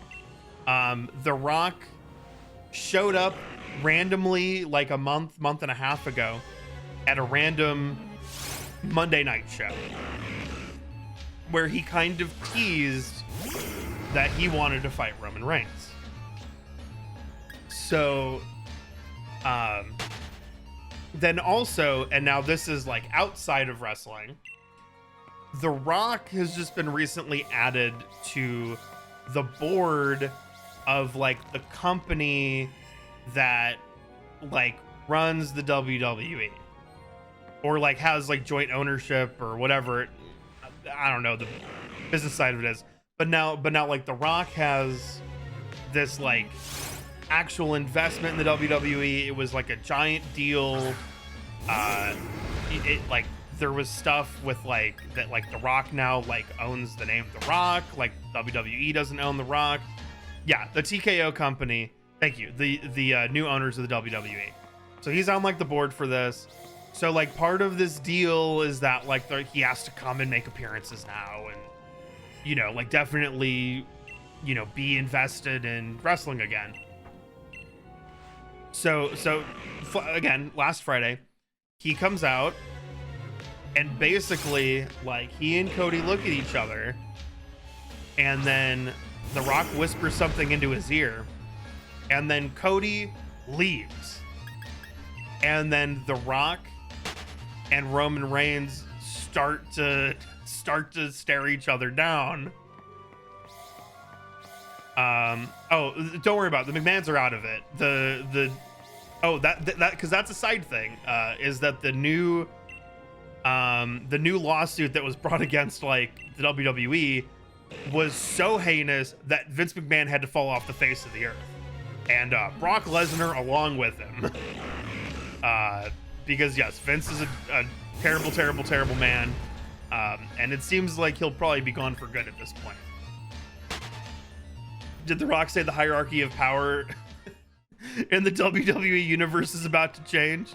He didn't, but he may as well have. So he and Roman Reigns basically have like a stare down, and the insinuation is basically because Cody said like, where he's like, yeah, I'm gonna fight you, Roman Reigns, but not at WrestleMania. Like, it was weird. So like the whole thing was that it seemed like The Rock was coming in to take Cody's WrestleMania fight against Roman Reigns, and the general like wrestling fan base fucking lost their minds, because like, and not in a good way, like in a very bad way, because now this is like, well, yeah, Rock comes into the TKO company, and now he's here, big dickin', and like, can he even still wrestle? And like, and there's an investment in the storyline, this Cody Rhodes storyline, where they're going like, look, we want him to beat Roman Reigns. We want Roman Reigns like not to be the champion anymore. We want Cody to win the championship. They've been setting it up. This is the story we want to see. And The Rock is coming in and fucking everything up. And it's like not even a situation where like it's not even that like people are mad that like The Rock is here, because people have been like, there's been speculation that The Rock was going to come back for like years. And it's like every big event, every WrestleMania, or every, this or that, like people have been waiting for The Rock to like show up, because there has been a thought that like because Roman Reigns keeps the championship, but Roman Reigns also like has been cheating to do it. And so the assumption has been like, The Rock's gonna come in, potentially like have some words to say about that, and like, try to like put Roman in his place. So it's not even that like people don't want a Rock versus Roman match, because they do, but they're like, oh shit, like, but Rock is coming in and taking this from Cody Rhodes, and it's like the wrong time. It's like it is what we want, but it's completely the wrong time, and it's messing up this other storyline. Oh, it is testosterone fueled soap operas, and it's so good. So there has been like a big fervor for like for people who are like, oh man, like I want, I don't want this, I want Cody to get his match, this feels like weird, and this this feels like they're like messing up like the storytelling. And like at the Monday show this week, like The Rock gets brought up and the audience starts booing, because it's like Cody Rhodes is out again, and the audience starts like booing The Rock and chanting like The Rock sucks, and everyone's like chanting like we want Cody, hashtag we want Cody. It's been this whole big thing. So like it's suddenly it's seeming like, oh shit, we're not sure how this is gonna go down. So then like today, The Rock is on I forget, it's Pat McAfee's podcast. He's a like wrestling announcer, former footballer, right? Former NFL guy. Now he mainly commentates for the WWE. So The Rock is like talking to him, and The Rock's going on, and he's like, it's a great clip where he's like like he starts like really laying into the fan base, where he's like, there's this group of people and they're just like the Cody crybabies. Oh, it's so good. He calls them the Cody crybabies, and he's like, and they're just sitting there on their computers going, we want Cody, we want to finish the story. And they're sitting there, and their kid comes up and goes, hey dad, you want to play catch? No, I'm defending Cody. And then his wife comes in and goes, hey, you want to have sex? No, I'm on the internet with Cody Rhodes right now. And it's so good. And he's just like, he's like, you gotta basically like, he's like, people want Rock versus Roman Reigns at WrestleMania. He's like full heel at this point. So then this was leading into this big thing tonight, which was like a press conference that is the kickoff for WrestleMania season. And at this press conference tonight, Roman Reigns is out there, and basically he's like Cody Rhodes has been hemming and hawing, and he had his opportunity to challenge me at WrestleMania, but I'm taking that away from him. I'm gonna fight The Rock. And then The Rock comes out, and they're all like, wah, and doing their thing, and everyone in the audience is like booing The Rock. And then and they're talking about like this match, and The Rock is like hamming it up, and he's like this is gonna be the biggest match in WrestleMania history, The Rock versus Roman Reigns. And like then Cody Rhodes comes out, and he starts like insulting The Rock and Roman Reigns, and he's like, I made up my mind, I'm gonna fight Roman Reigns at WrestleMania. And The Rock is like, we're family, like, because they did this whole thing where it's like, this is like the family tree, The Rock and Roman Reigns are like blood related or like, you know, tangentially related, but yeah, the bloodline family tree where his grandpa and this grandpa made like a blood pact, so they either are related or like are spirits related, you know, whatever. I don't. So, you know, so The Rock's like, if you disrespect his family, you're disrespecting my family, and so you're disrespecting me, and he fucking slaps Cody Rhodes. And it's awesome, and it's so good, and then it's just screaming and people trying to jump on each other and yelling and fighting. It's awesome. And then like they also have it set up to where, because like, you know, Triple H is you know, another like famous wrestler, and he's now like in charge of like creative for the WWE, and so they have like footage of The Rock backstage screaming at Triple H, where he's like, you're like, you can't let him fucking disrespect me like this. And he's like, you gotta fix this. I will not be like, my family will not be disrespected like this. Oh, it's so fucking good. It's so good. I'm so in. And now I'm like, I can't wait to see what happens. I'll slap the teeth out of his... No, it was not I'll slap the teeth out of his fucking mouth, but it was awesome. Yeah, no, it's a 1,000,000%. It is absolutely like testosterone soap opera, and I don't care because it rules. It's so good.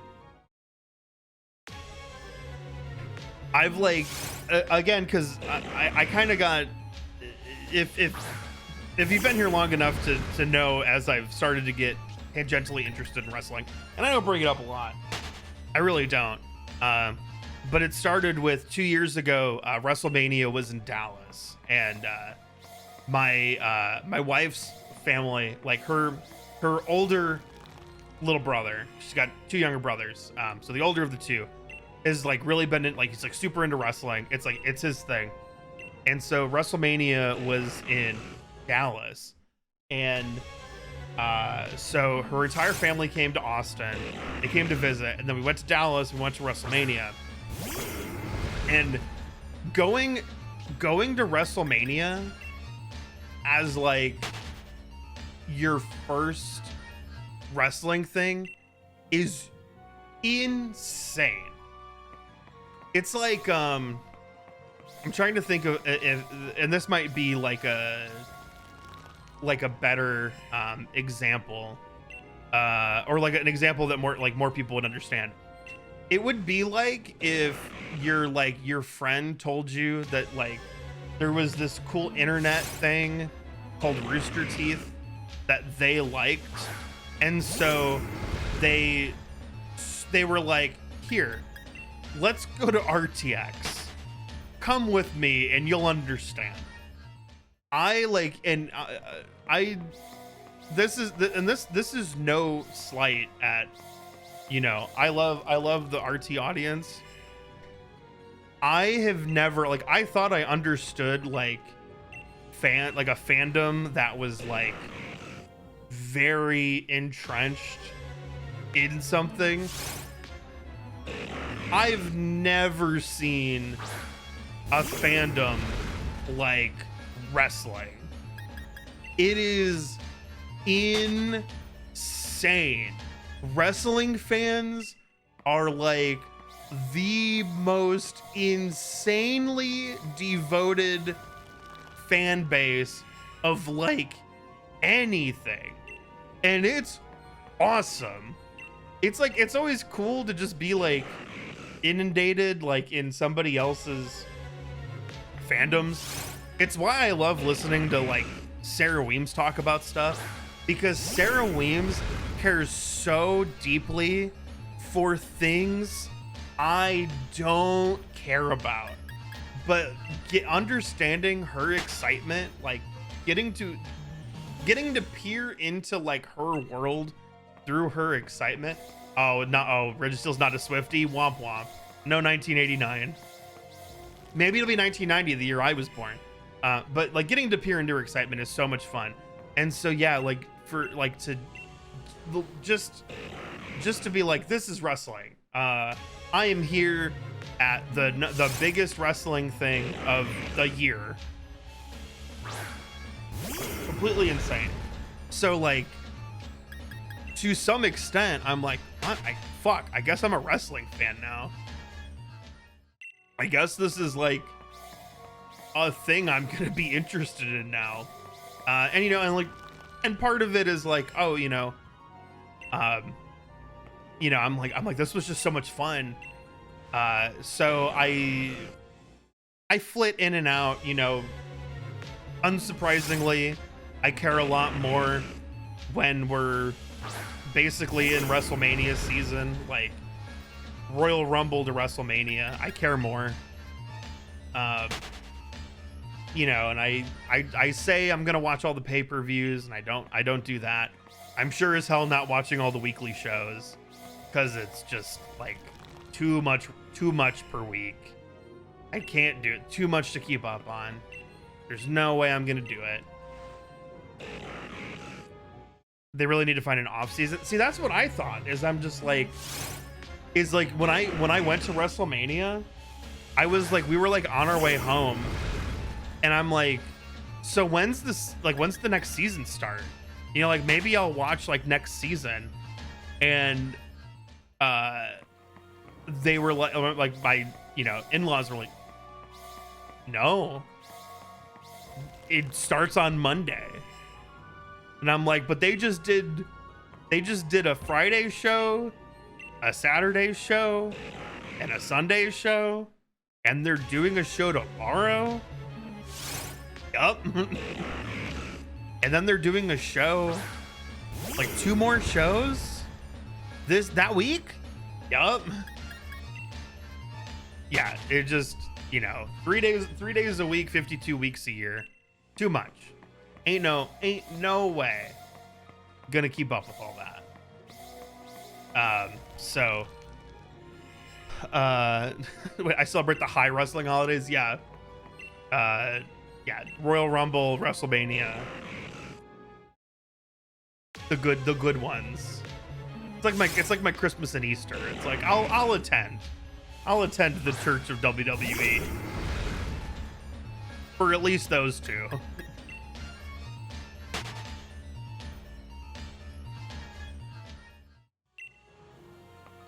What's that? It's insane. The WWE's top wrestler does like media appearance, wrestles 300 matches a year and does 2 TV slots a week.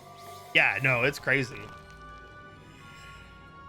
It is something else. But like I have, like, you know, and I've kind of like paid attention to what's going on, but I've never been since I first went to WrestleMania like 2 years ago, or 2 years ago. I've like not been into wrestling nearly as hard as I have been the last like 8 days. It's been so cool because it's like, and then I'm like reading, so I'm like on like the Reddit, and I'm reading stuff where it's like, you know, there's like little leaks, you know, come in, like, you know, these like wrestling press people talking to like insiders and getting an idea of what's going on, like in the wake of the Friday thing where people were really mad about the Rock thing. And they're like, yeah, you know, like they're planning for this. They've got like, they've had merch like ready to go. You know, yeah, this seems like a thing. And it's like, oh shit. So like, but it feels like, you know, where it's like that blurring of like the obvious fantasy and the reality, where it's like, oh yeah, like you didn't make that you didn't make that plan to have The Rock fight Roman Reigns instead of Cody fighting Roman.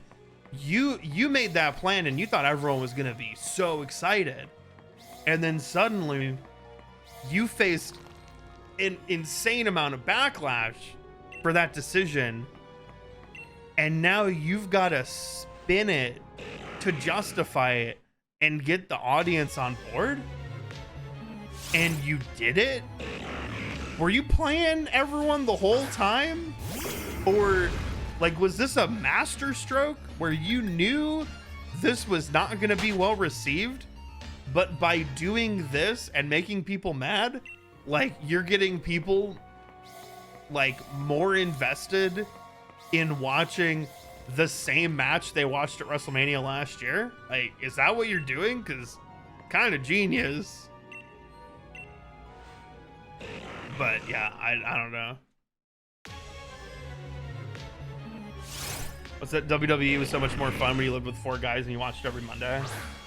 Watching it by yourself, it just seems silly. The problem that I have with watching wrestling is that it is excruciatingly slow. It's like they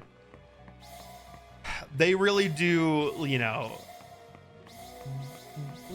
they move so, it's molasses sometimes.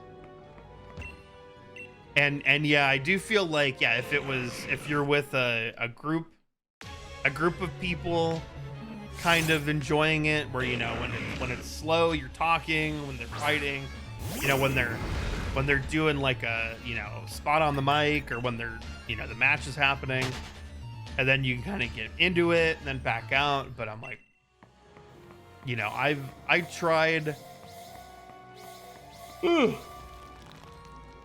Yeah, when I got back from WrestleMania, I was like, oh, I need to, you know, like, I might start watching, you know, a weekly show. And we watched the Raw after Mania, and I'm like, what do you mean this is like 3 hours? What?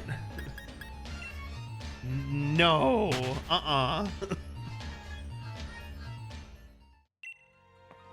You only watch clips on YouTube now? That does kind of seem like, if I think that's what I would maybe move into, is if I wanted to like pay more attention, I would probably just try to keep up with like something that explained everything that happened. It really is like so much. And yeah, and it's not getting, you know, I'm not getting together with, like, not often getting together with friends. I did get invited. I went to a buddy's to watch Royal Rumble, so we did do that, and that was fun. It was like me, my wife, and like 5 other dudes there. And then it's funny because they're talking about how like they've tried to get like their wives to watch it, and I'm like, my wife's the one that made me watch it, so this is backwards. Son of Ether, thank you for that 20-month sub.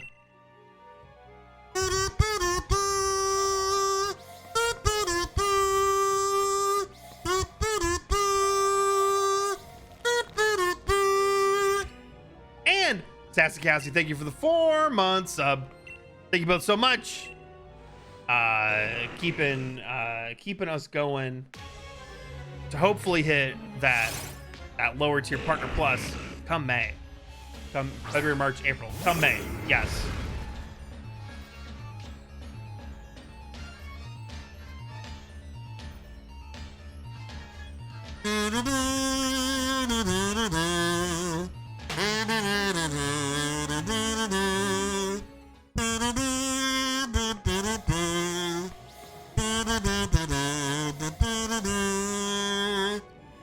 And so on and so forth. Thank you so much. All right, this is the one. 2004. How we doing on the names now? Name update. Here's the while you guys were voting on your names. So we've got Reggie Rock at 15, very far behind. Definitely needs a benefactor if we're gonna name it Regirock. Steely Dan at 53. Ducky Steel at 30. Baja Blaster blasting into first place at 56. Mint Chip at 16. And 12 for me. 12 for me get to choose. 2004 is the year you graduated high school. I was... What, I graduated high school in 09? Yeah, that sounds right. Yeah, little 09 baby. 09 and feeling fine. We didn't really have like a saying. There were the people, it was the year before me, the 2008 people were really annoying because they would do like a call and response thing where they would go like 0808 0808 0808, and I was always like, that's stupid. And then I was like, 09, yeah, we don't got anything. I think we're missing out on our school spirit.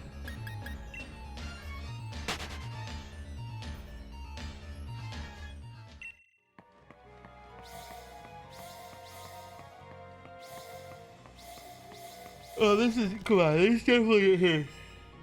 2007, good year. Good year. Come on. Come on. Come on.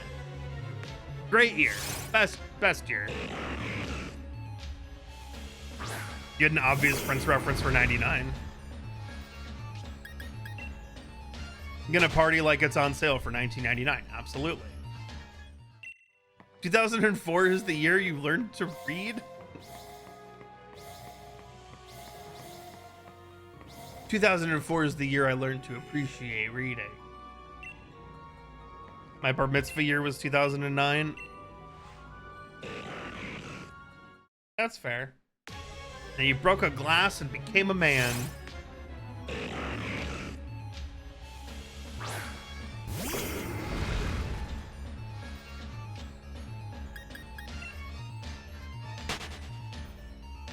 A dumb question, but is Elite Hax shiny? No, my Haxorus is not shiny. My Haxorus is normal.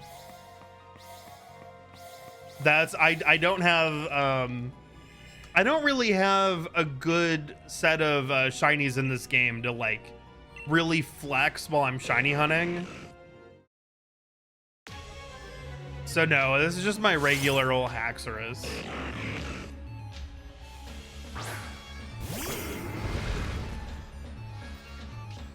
That's fair. Yeah. I really tried to flex in Scarlet and Violet. Because with the new DLC adding in Smeargle, I was like watching a thing and it was like Smeargle could be the best shiny hunting Pokemon that you could possibly have. And I was like, whoa, yeah? I'm like, I mean, I guess, yeah, because you could just teach it anything. It could be a real great shiny hunter. And I'm like, it'd be really cool to have, yeah, like a shiny Smeargle that goes out and shiny hunts. But Smeargle sucks. Smeargle is so unbelievably bad at being a Pokemon that, like, if I, you know, it's like almost level 100. And I'm hanging out in zones, you know, like the DLC, all the Pokemon are like level, like low to mid 70s. And I'm like, I can't like live. I like the Smeargle gets hit in like two moves and he's dead. So it's I'm like real bummed.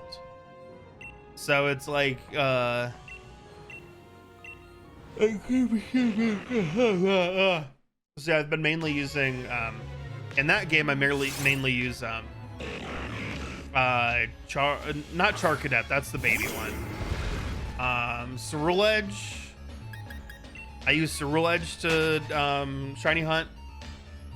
Because it's like, it's fast, it's got good stats, it's got a move that can heal itself, it's got false swipe. It's a ghost, which helps for things. immunity from certain attacks. Like, not bad.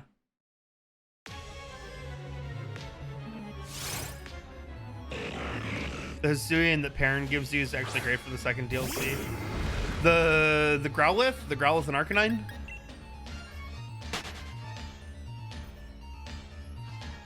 Or is there one she gives you in the? Oh yeah, the Growlithe. Okay, yeah.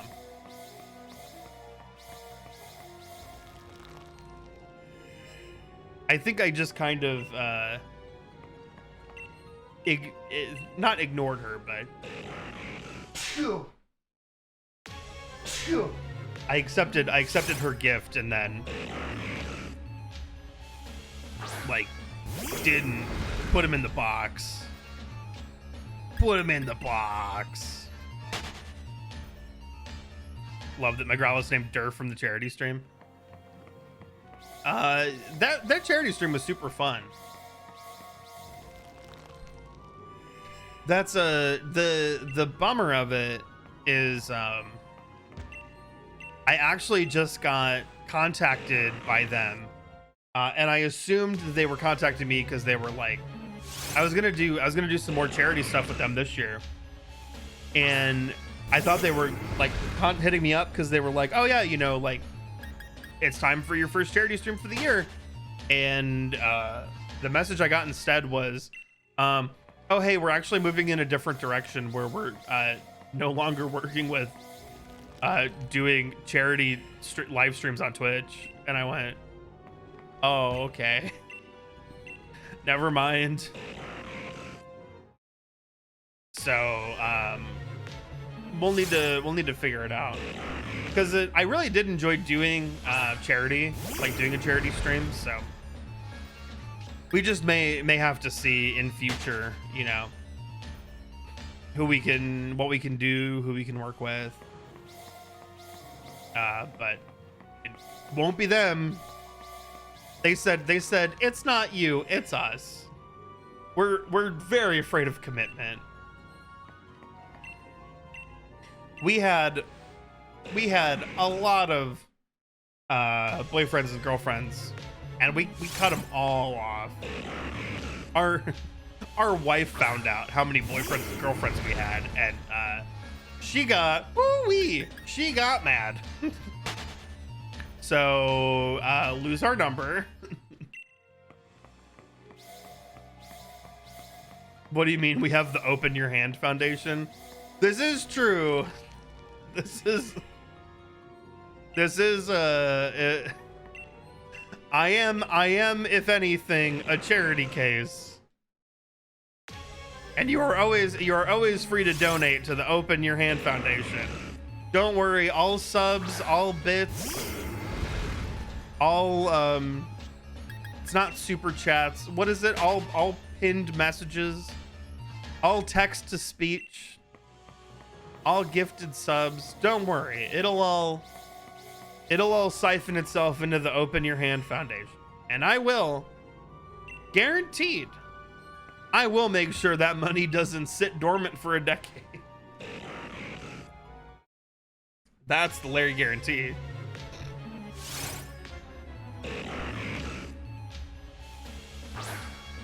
No, don't worry. Via the Open Your Hand Foundation, all of your financial support goes to a great cause. This guy.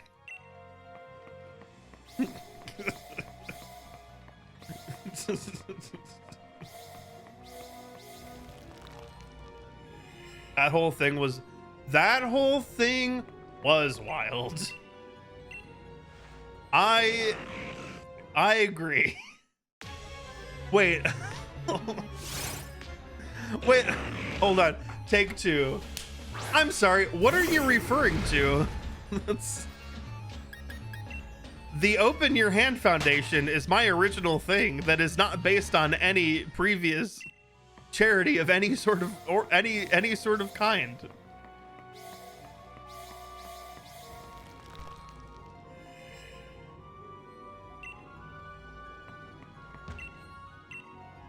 What's that fun thing about text to speech? It pronounced Shiogorath from Skyrim correctly. I probably got it wrong. I almost said Shiogorath, but it looks like Shiogorath, but I don't know.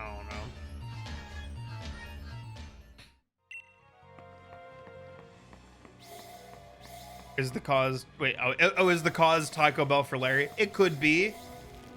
Look, the Open Your Hand Foundation has goes towards many wonderful things.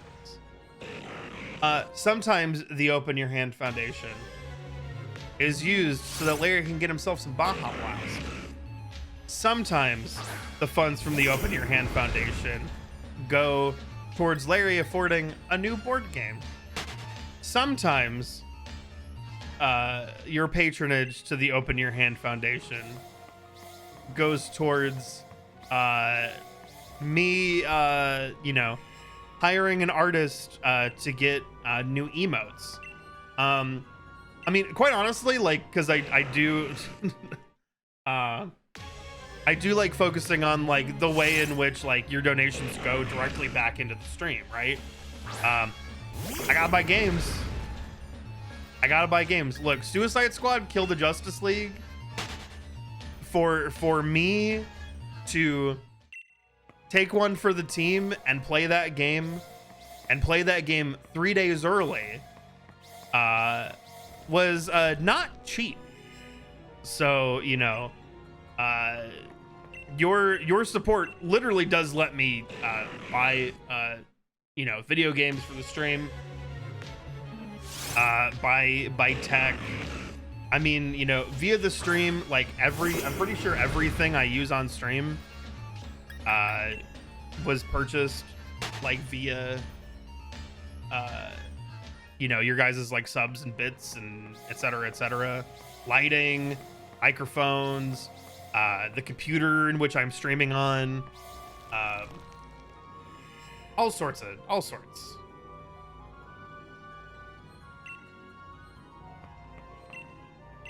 And sometimes Baja Blast. Your support keeps the new sign on? Yeah. Who are you? Yeah, your support keeps the lights on. I gotta see. I've now upped my electricity bill so that we can have a sign on the wall that says "It me Larry." But that's my power going up. Milk Drinks, thank you for the 26-month sub. Here's some money so you won't go sell your feet pics to pay for games. Oh, well, let me tell you something. Let me tell you something. My feet are on the internet.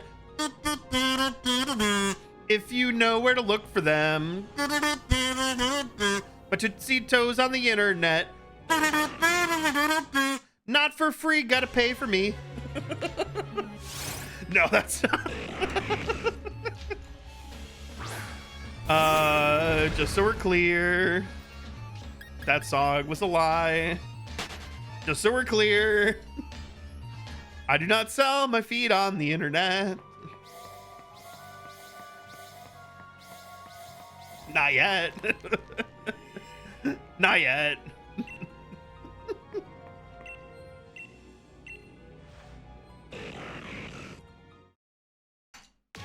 All lies have a golden nuggie of truth. All lies have a nuggie hero of truth.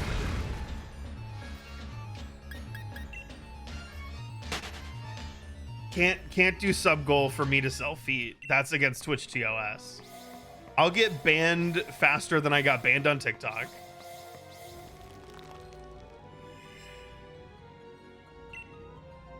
There's no truth in me.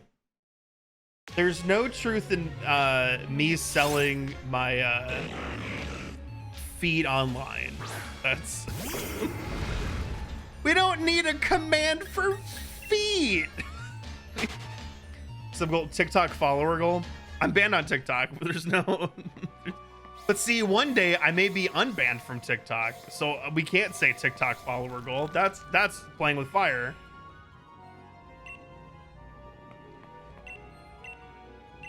There's no... Look, there's no feet.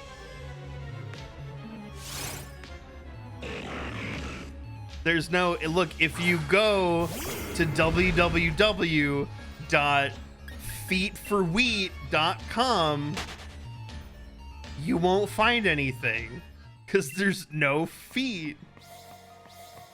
Yeah, feetforwheat.com is actually like where I get a leg up in Settlers of Catan, not by trading my sheep for wheat, but by trading my feet for wheat. That's...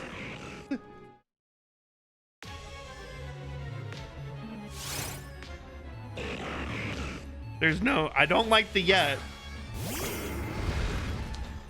I don't like the yet. I mean, let's... Everyone's got a price.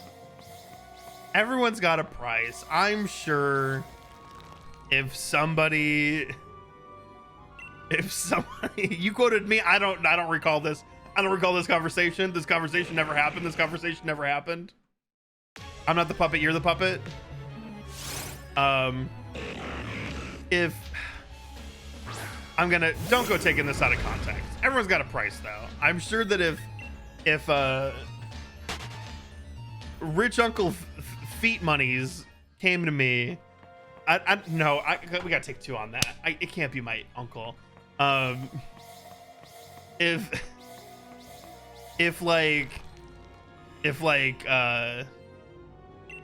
you know, Piggy Market 45 came to me and was like, I will pay you a pretty penny for some pickies of your feeties. Who's to say? Who's to say?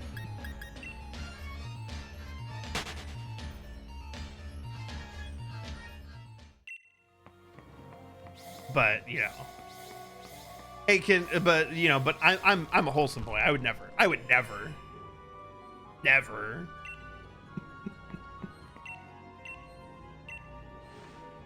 Everyone has a price as a wrestling. Wrestling is a wrestling catchphrase. I was not aware.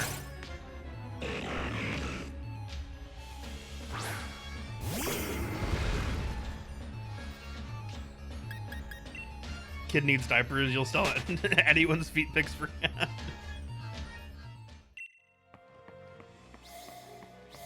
Look, I do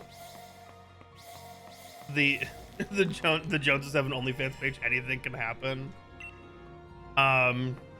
This is true. I do work with more than not even a non-zero, but like more than one people that have OnlyFans pages. This is correct. You know, more power to them.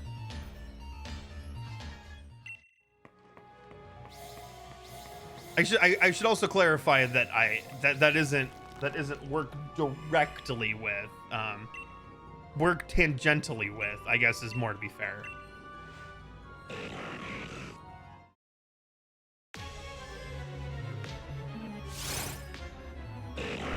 Look, I know my plays. I would have to run the reverse OnlyFans. It's just like, it's like a Patreon, and it's just like every month I'm like, I need 500 signups or else I'm gonna hang dong. You want to keep the hog locked away. So do your due diligence and donate today.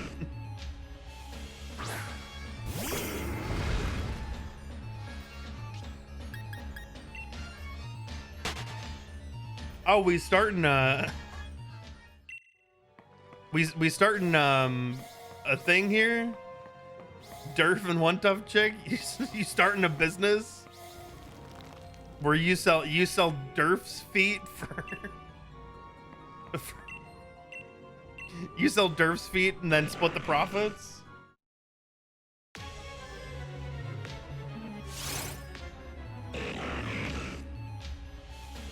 Not a bad idea. Y'all, I forgot water.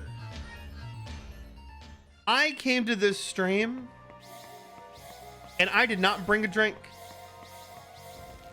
I know that we're not too far away from bedtime, but I thirst. I have a mighty need to quench. I need to go fix that. I know exactly what happened too. I left my water bottle in the couch.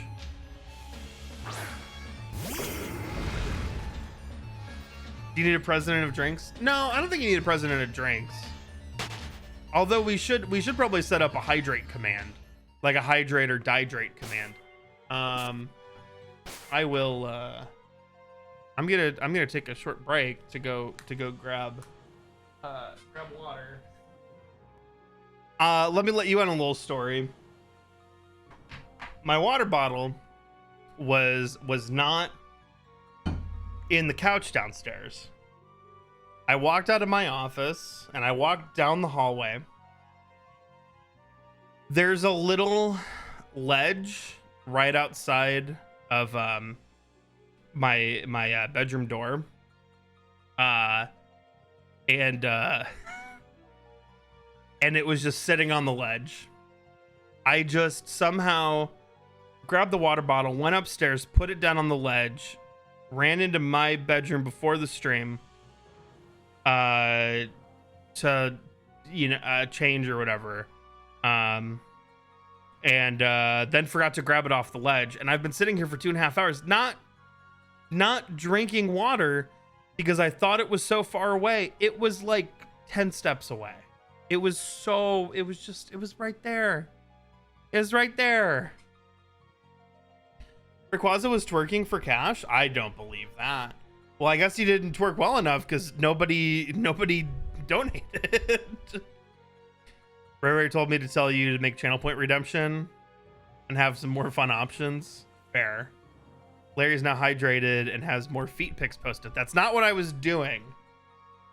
Yeah, somebody hit me up and they said, I'll pay you double if you send feet pics in the middle of the stream. And I said, well, I gotta jump on that. Guess I gotta get on that right now. He was facing the wrong way. Oh yeah. He was twerking, but it was all below camera. Nicole said, because I shouted to her from upstairs. I was telling her of my water plight, and then she was like, well, now you're hydrated. That's great. And I go, yeah. And then she said, are you having fun? And I went, yes. And I told her I was having fun, but I didn't find the shiny yet. And then she said, oh no. And I was like, I'm gonna go back in there. And she said, you're gonna find the shiny. And I'm like, are you sure? And she said it was her intuition that you're gonna find it. And I said, uh-huh. Are you saying I'm gonna find it before the end of stream? And she said, don't tell chat or else you're not gonna sleep tonight. Because you'll never end. Which makes me feel like she doesn't believe very hard. I don't think it's happening.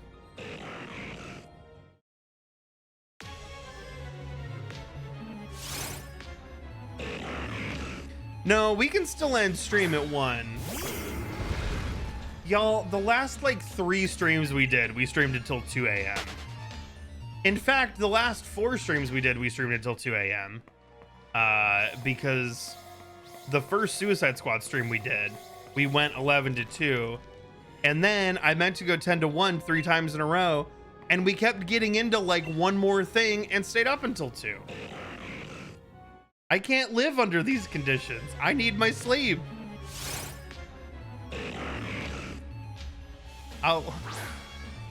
What if I pass out on my way to work?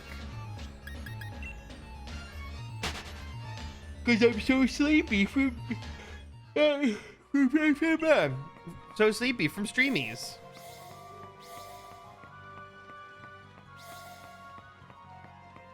You don't have a horse in the shiny race?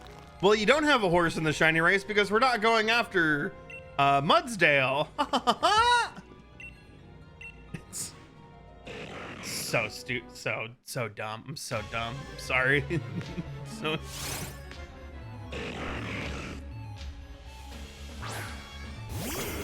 I'm sorry. I feel like making jokes is now illegal. I'm no longer allowed to make jokes.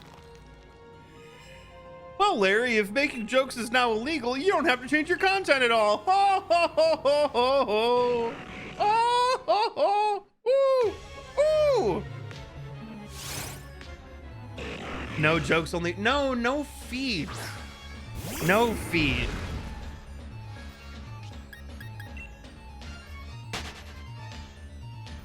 No feet. No, not yet. No.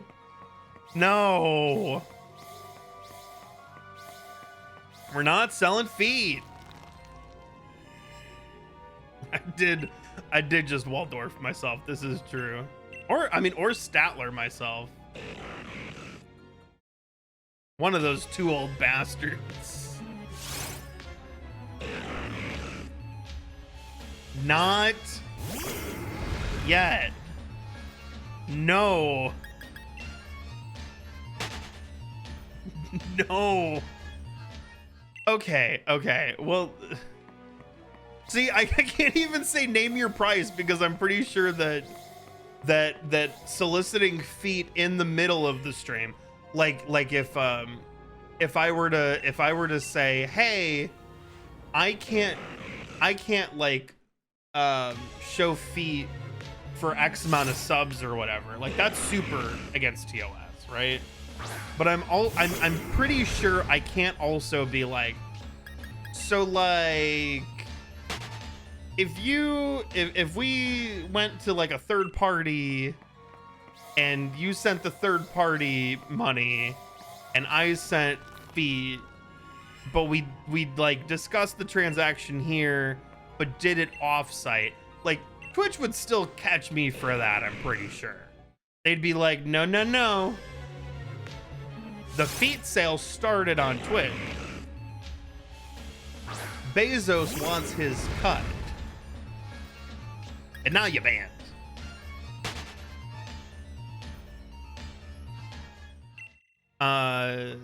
Unrelated to feet, it's just other things to talk about while so we can get off the feet train.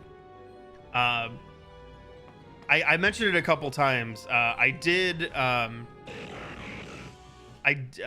hold on. Before I say that, would Twitch really risk losing their best streamer like that? Yeah, me, their best streamer. You know, that's why I have a partner manager. That's why I have the bounty board. That's why you always see me on the front page. Yeah, Twitch really cares about this guy. That's why I'm partner plus. That's why. How else can we go on? That's why I'm number one that's why I'm number one most subbed on Twitch. I'm the Mountain Dew entrapment guy.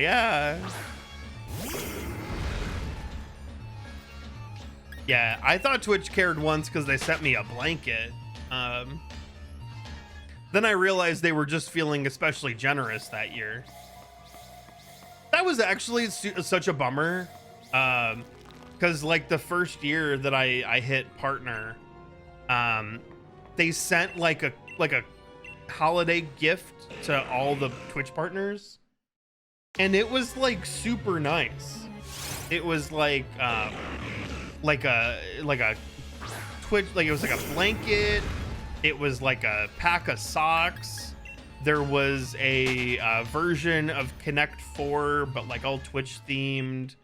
All this like variety of stuff. It was super cool. And I'm like, oh, this is awesome. Like, I can't wait to get one of these every holiday season. And then they never did it again. Or they did it, but they went, shh, nobody tell Larry we're doing it. Everybody be cool. We'll send you stuff, but you can't show it on social media or else Larry's gonna see that we ignored him. So, you know, they've never sent the fairy mod mother over here. Like, that's never happened. I don't think we've ever had like staff hang out and chat before. I honestly think they forgot I signed the contract. To be frank.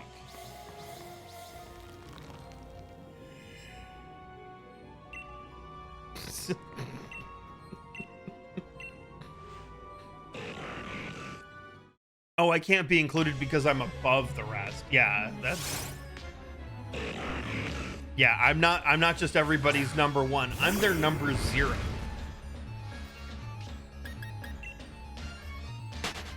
I thought I was Larry, not Frank. No, read the sign. It me, Frank. It me, Frankie.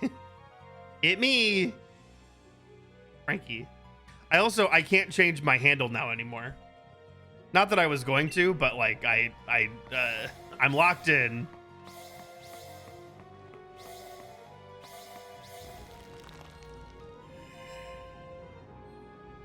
Switch to the hot cup category and Twitch staff will show up. Oh yeah, they'll show up to crank it. Oh, okay. Speaking of cranking it, so yesterday I went and saw Beetlejuice. This was like my main Christmas gift for Nicole. The Broadway tour of Beetlejuice is currently in Austin right now. I guess they've been going through since like 2022, and finally like Austin, you know, we were a stop on the tour, and it was a good show. I did like it quite a bit,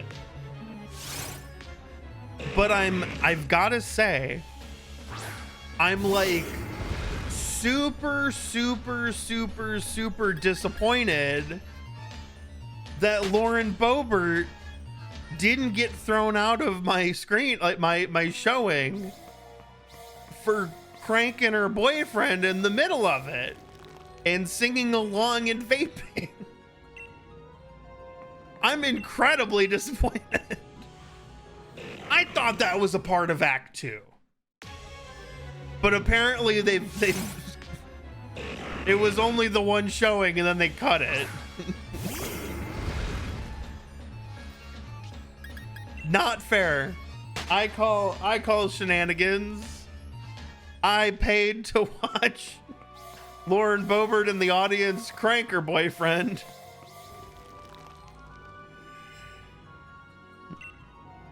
Because nothing gets me hot and randy like dead mom,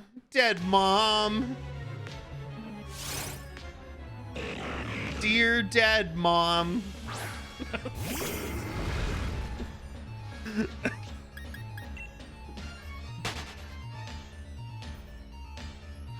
What'd you just return to? We were just talking about Lauren Boebert's greatest accomplishment. That's all. And I thought she traveled with the show, to be honest. Like I thought they kicked her out every night, but I was wrong.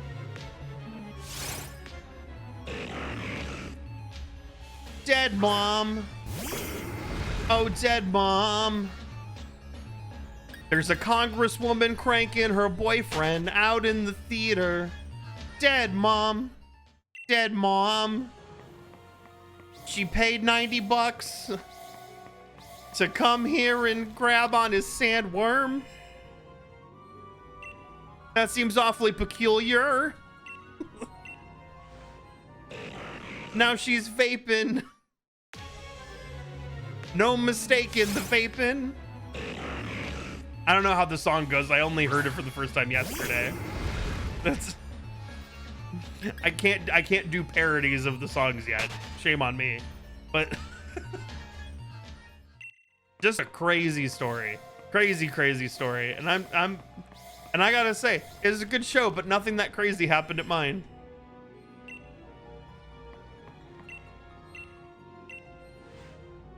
But you know what is crazy?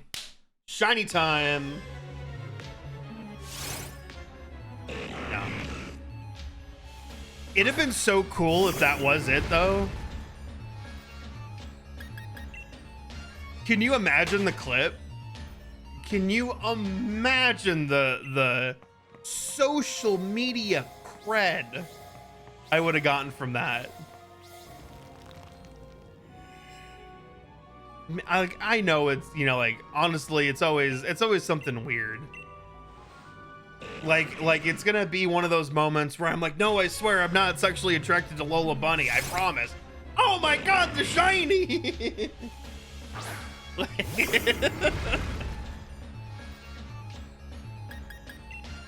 Wait, hold on. What do you mean, like Nish Kumar's basketball thing? What are you talking about? What is Nish Kumar's basketball thing? Was he cranking Lauren Boebert in the middle of a basketball game? Oh, last in gym class, first in being a legend.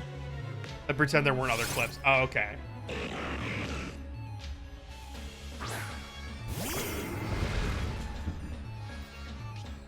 So is it more about is it like throwing a basket, is it like the trick shot thing where you only show the trick of the the clip of the trick once you do it? Oh, he kicked the basketball in the hoop. God, we watched him so fast, it's all a blur. I'd have to go back. I would love to go back and watch the Nish season. I loved Nish. He's one of my favorites on there. He's so bad. He's so bad at it, but he's so funny. I'm done, by the way. We've fully watched the whole thing. We have watched all 16 series. We finished 16. We watched New Year's Treat 2024, and we watched Cock 3, and we're all caught up. Did I love Hotel Taskmaster? Oh, so good. I did love Hotel Taskmaster. Any task where Alex gets to go feral is like my favorite. Bangarang, Cat's yelling at you, so you're gonna go to bed. Good night to you. Thanks for hanging out. Best task ever? Not true. For me, nothing is gonna top.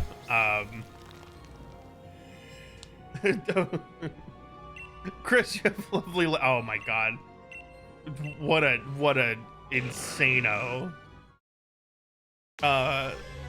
Nothing's gonna top the using the concrete mixer to make the hot dog game. That was my absolute favorite thing on Taskmaster. You love Lucy. I was not. She got there for me. I was very worried about her. She's in a different. She lives on a different planet. But that it was a good. It ended up actually being. I wasn't sure how I was gonna feel about the group, and I think I ended up liking the series 16 group.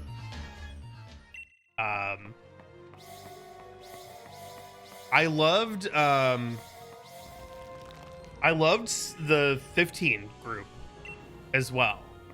I'm so bummed that May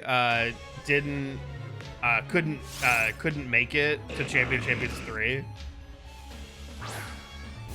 I was so bummed out. because they were awesome. And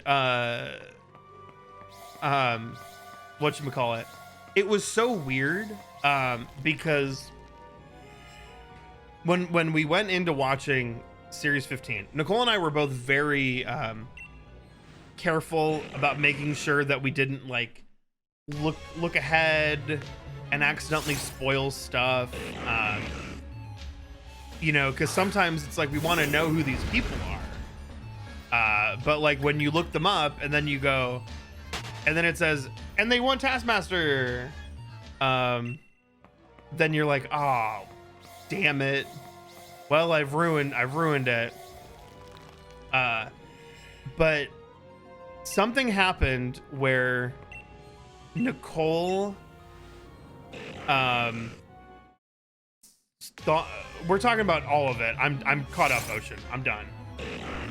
But there's something happened where Nicole thought she saw that Kyle won series 15, and I saw the picture that Daro Breen posted from Champion of Champions 3 where Kyle is sitting right behind him, and so we both were like, we were going into 15 and we were like, I was like, I think I know who won. I think I accidentally saw who won. And Nicole's like, I think I did too. And we're like, okay, on 3, say who you think won. 1, 2, 3, Kyle. We both say it and we go, oh, okay. Wow, what a relief. So we're watching series 15 and it's like halfway through and Mae Whitman's up by like 13 points. And we're just like, how is Kyle gonna win this? And then we're like, we get to like episode 8 and we're like, he's not done like significantly better. I guess he's just gonna have like an insane last 2 episodes. And then episode 9, he like didn't. And then episode 10, and we're like watching and we're like, no, he didn't get as many points as Mae. And we're seriously sitting there going, how is he gonna win this? And then he didn't. And we were both very confused. We were like, oh, I guess we both found out wrong. And then immediately when I was like, oh, Mae had a scheduling conflict, Kyle filled in for them for Champion of Champions, which again, so disappointing. And I like, yeah, I'm like, I really am. It's so funny to watch. And it's like, they were picking on him really hard for not having won his series, but being there for Champion of Champions. And then he just like beefed it so hard.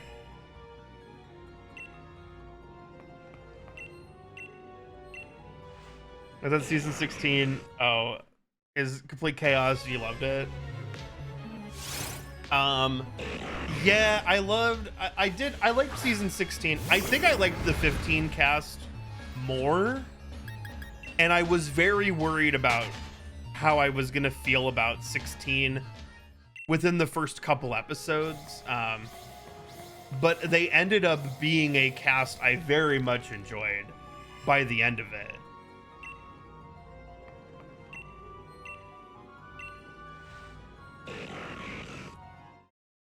What's that? New Zealand season 2 is good. I think right now we're like holding. I think we're gonna end up watching New Zealand because I'm gonna need my fix. Like, look, Daddy needs his fix, okay?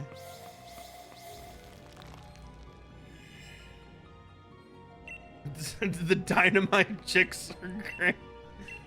Oh man. I see. Okay, let me look up names because I'm always so bad at this. Why did I go to look up names for Taskmaster and I literally went to go type gamefaqs.com? What the hell?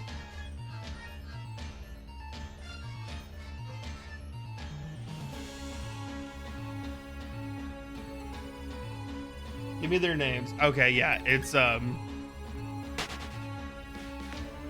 What is my favorite prize task item? That's really hard. I think because there's so many and it's hard to remember them all. More recently, I'd probably have to go with the puppet Greg that May's dad made. Is incredible, and I love that puppet Greg continued to exist in Series 16, and then puppet Alex exists now, which was the best. I loved that was Kyle's prize for Champions 3, that he brings in a wooden puppet Alex that May's dad made. I am excited. I said series 1 for New Zealand's not as good, but series 2 is really good. I'm excited. I'll have to see. Oh yeah, but like the 16 caps, just looking them over, Julian Clary definitely won me over. It's like, I didn't think I was gonna like him, and then I ended up loving him, just with him being, he's so sassy to Alex. It's so good. He's very funny. Yeah, I still don't know how I feel about Lucy Beaumont. She's insane. And like, I don't know how she ended up on that show, because she's such like not the fit for it. Like, it feels like she was so wrong for that show, but somehow it's like so bad that she flipped into being good. Sam Campbell is so weird, and like, I wasn't like, it almost seemed like at first that his humor was like, it was almost like he was like a stoner kind of guy, or like just completely out in outer space. But I don't know. He ended up being really funny. Like, once I kind of understood his humor, he was super funny too. And yeah, I did love the Sues. They were good. It was a good group. It was a good, fun group. I loved because yeah, it was the Sues. The team tasks in that one were so good, because like Sue and Susan loved being on a team together, and then it was like, was just Julian Clary with like the insane people.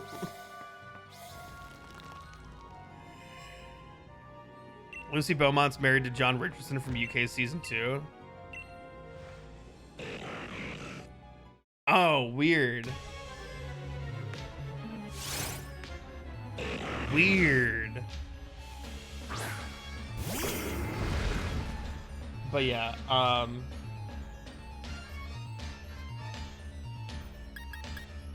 okay, and now shiny. Bedtime number 2079. Oh god. 2100's too far away. 2086 isn't bad. That one tickles my brain. I think we could, because it's kind of like 20XD6 from Homestar Runner. So we could do 20XD6. I think I'd be happy with that.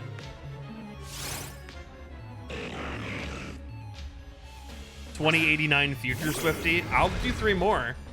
We could do $20.89 for Taylor and the Dead Swifties Society. But yeah, 15, and it's Frankie Boyle was fine. I think it was fun because it was like good banter. He was like a good banter guy. Ivo, which I didn't know people named their kids Ivo. I literally thought it was just Ivo Robotnik. But like, Ivo was just like such like a good like sad sack character. I liked him a lot. Jenny Eclair is so completely lovely. I was expecting like when I saw like, oh, here's like an older woman, I was like, this is gonna be a like a crotchety old lady type, and she is just like the most like hippy dippy kind of, I'm here having a great time, and I was so there for it.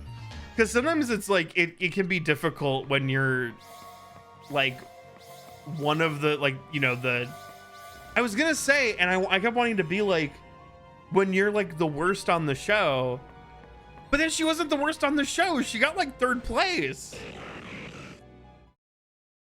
And I'm like, there's just something about her that gives off the energy of being like the, like, I'm the older woman that's here to have fun, and I'm not gonna be good at this. But then like she was. Yeah, very, very like very hippie, very, very fun. But yeah, oh, her ramming the boat in the first episode, like immediately. Actually, stuff with her was the was I think one of the first things that I got recommended when I went to, when I think it was like Facebook started recommending like Taskmaster stuff to me, and one of the first things I saw was the task where they're doing like the accents. It's like the in studio task where they're like doing accents, and Greg has to guess like what kind of accent they're doing, and then it gets into, they have to walk like one of the other contestants, and everyone starts walking like Jenny Eclair, and it's so funny. It's so good. And I was like, I think I'll like the show. This is good. And then yeah, Kyle being so competitive, and just like, and the way that he was so competitive, and they just fucked with him for it. And then Mae Martin, who's just so good. Oh, she's so good. I'm sorry. They're so good. My bad. I got it right the entire time I was talking about Mae earlier, and then fucked up now. Shame on me. Throw me in the dumpster. My bad.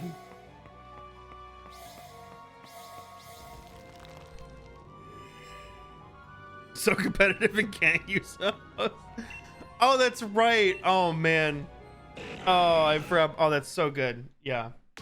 But yeah, I watched all of it. I watched so much Taskmaster back to back to back to back, and now I'm like lost with what I want to do with myself. Because yeah, we were so certain. We were gonna watch Man Down, which was the comedy that like Greg was in, where he, you know, loosely autobiographical, because he's playing like a school teacher, and they pull elements from his school days to put into that show. And we got like a thing, like, you know, we saw it was on Netflix. We were gonna watch it. They pulled it from Netflix like 3 years ago. We had no idea, and now it's like not available anywhere. And we were so excited to watch that. We like don't know what to watch on TV now, like, because we usually want to have like our like dinner show, you know, make the food, eat the food, watch the TV. We just don't know what to watch. Future Swifties lose it.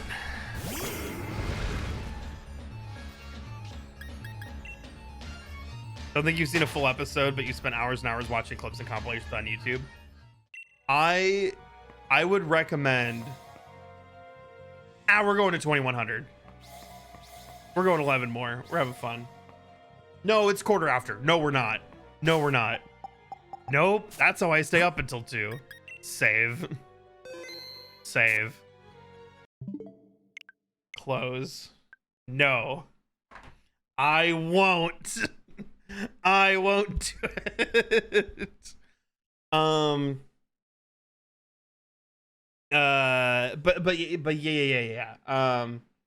We just don't know what to do with ourselves. Oh yeah. If you haven't watched, you should watch the full episodes. They're all available on YouTube. You should watch them start to finish. They're very good. The tasks are super funny. The tasks are super funny, but like getting invested into like the trajectory of a whole season is awesome. Vengeful Eye, cha-cha-cha, thank you for the follow. Thank you for that end of stream follow. Have I watched the greatest show in the history of ever Community? So the thing is that because we don't know what we want to watch right now, we're just watching random episodes of Community. We're literally just turning Netflix on and then like scrolling through and going, want to watch that one. Want to watch that one. And so we've watched like most of season 2, but completely out of order. We just keep landing on like, we want to watch that season 2 episode. Want to watch that season 2 episode. So it was like we saw like Pierce. We saw Pierce in the cast. Then we saw Pierce get addicted. Then we saw Pierce get out of his addiction to drugs.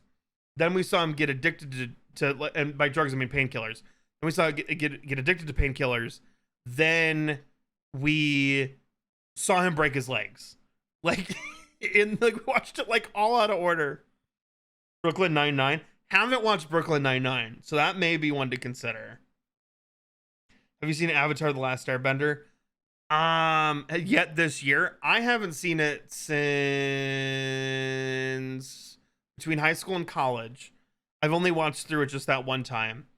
I was trying. I threw that one out there to see if it would land. Where I went, Netflix is doing the live action one, and you'll want to see the good version before they do theirs. But it didn't work.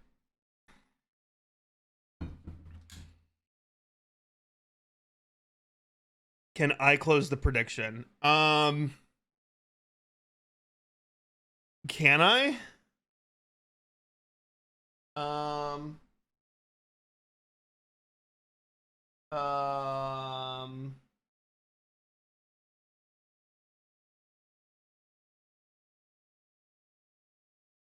Oh wait, there's starter prediction. Oh, choose prediction outcome. I found it. Click. Will Larry get the shiny tonight? No. Choose outcome. No. Complete prediction. Yeah. Are you sure no is the correct outcome? I am. Complete prediction. And the no's win. Fresh Off the Boat's a good sitcom. I'll have to look into that one. But yeah, Brooklyn Nine-Nine's not because that I guess that would probably be that one that you may lump into those, you know, like where I would say that the Fab Four are Office, Parks and Rec, 30 Rock, and Community. The ones that for a very brief amount of time you could watch back to back new episodes when they were all on the air at the same time. So we've watched all those.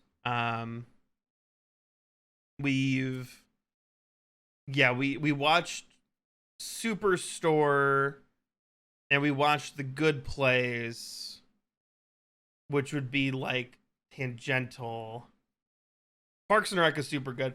Office is great in the prime seasons, like two through probably like 5, maybe 6. Parks and Rec is so good. We only like just watched that one for the first time like a year or two ago. Probably two at this point. Just hadn't seen it, which is crazy. As an Indiana lad, I had never watched Parks and Rec, and then we finally sat down and watched it. It's so good. Have I watched the Has Been Hotel series? I saw a clip of the one song that Keith David sings, which was pretty cool. That was pretty neat. But that was it. I haven't seen any of that.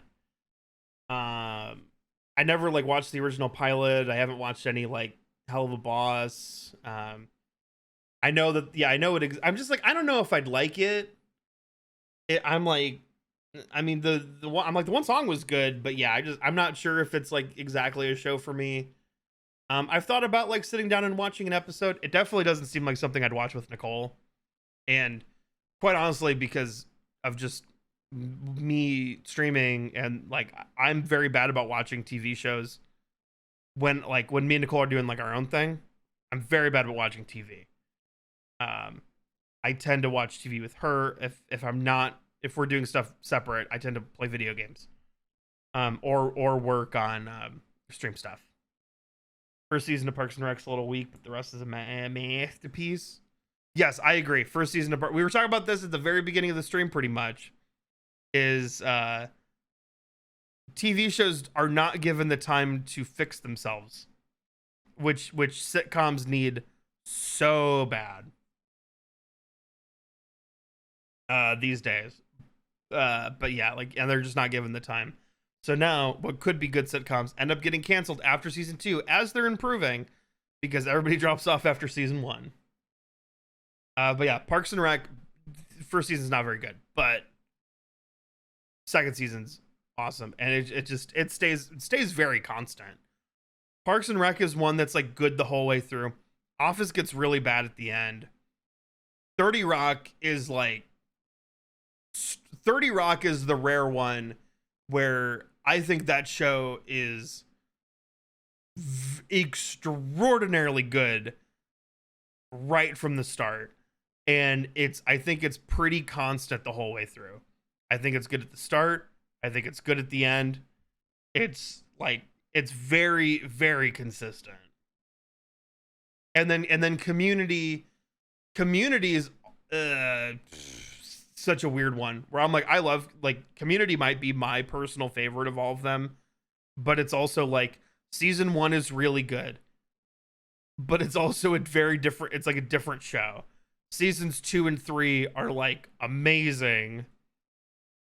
Season 4 is very bad when Dan Harmon is not there. And there's watchable episodes, but it's pretty bad. And then like season 5 is like super good until Donald Glover leaves. Then it's mixed. And season 6 is very rocky as well. But great episodes, and like, see, a lot of people write off seasons 5 and 6, but I love 5 and 6 both. Even the worst episodes you can still watch and enjoy.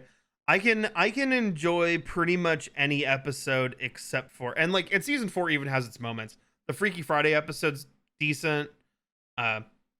Whether or not, you know, I mean, because it ends the Troy and Britta storyline, which like isn't good. The Troy and Britta storyline is very bad, but it's a pretty decent last episode for that. But it's, you know, season 4 is mostly bad. But yeah, season 6 has a lot of good. We just rewatched the one, and it is awkward, but it also is very funny. The one where and it's like the second to last episode. It's the episode where Garrett's getting married, and then he finds out that he's marrying his cousin. But it's so funny though, and mainly because I'm like, Nicole, I want to watch this episode because I want to watch the Keith David moment where he just goes,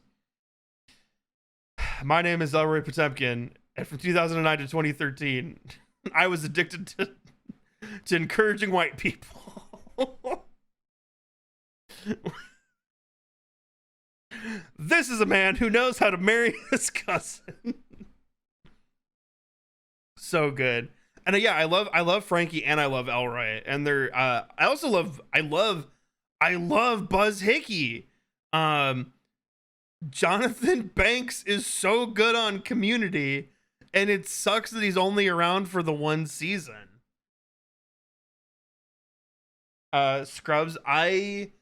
Scrubs is the first show that Nicole and I watched together when we first started dating.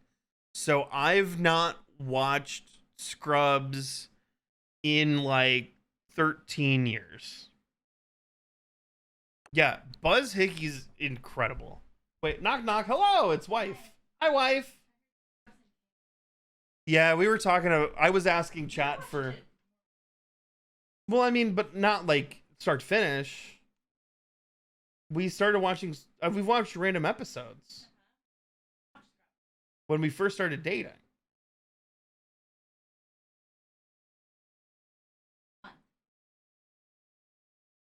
12 years. 12 years. Nicole's got me on semantics over here. No, I was telling chat about our issue of us not being able to watch Man Down. It's such a problem, and I can't find anywhere to buy it. Netflix had it. Literally right when we got Netflix. Yeah, Netflix had it. It doesn't anymore. Strong contender, because I was asking for recommendations. Okay. Strong contender, Brooklyn Nine-Nine. That's been on our list. Yeah. Mm-hmm. Mm-hmm. You need to borrow my height. Yeah, remember that. You want me to take my feet off? I mean, you can. What's up? That curtain Yeah. You going to bed right now? Yeah. Okay.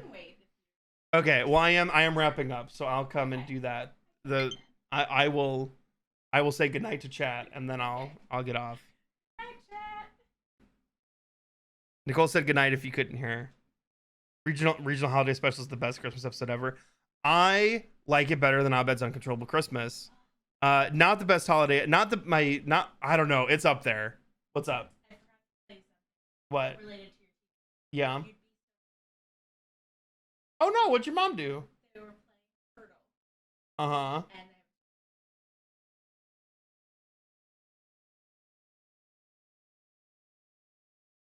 The Fringe theme song? Oh no! honestly, I wouldn't have gotten it. Voodoo doot, voodoo doot, But it takes voodoo, a while to hit it. voodoo. Very nice. I couldn't remember it. She said that, and I was like, I don't remember it at all. But I love that show. I go through it. All right, I love you. I'll be there in just a minute. Okay.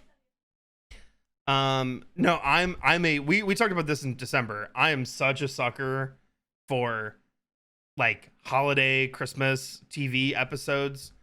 I spend more time watching those than I do like Christmas movies probably. But yeah, Abed's Uncontrollable Christmas. Yeah, I probably prefer regional holiday music. Holiday Armadillo is probably my favorite. For the Friends episode, because although most of the episode is actually not great, because I don't like a lot of the plot lines that they do, the actual holiday armadillo scene is so funny that I can't help but it be one of my favorites. So that one, but yeah, then like Bob's Burgers has like a couple really banger Christmas episodes. My wife is back. Hello. I'll give you reasons to come back. Here you go. Oh yeah. Also, you get cats now. Hold on, I have to show before I can do the reveal.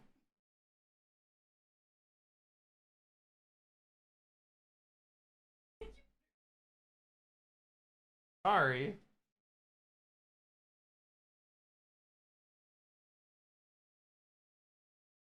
Nicole wanted to show that we have a teddy bear with a holiday armadillo outfit that we can put on.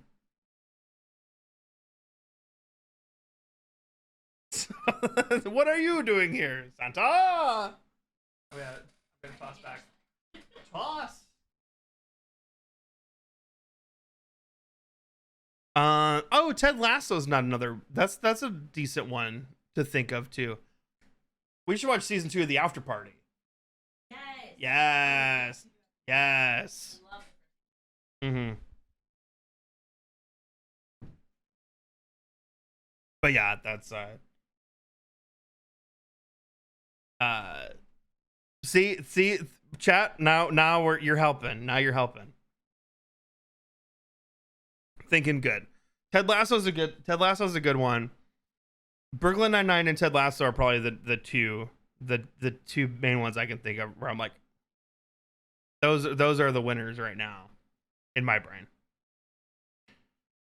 I've never seen Psych. I love it. No, I truthfully haven't.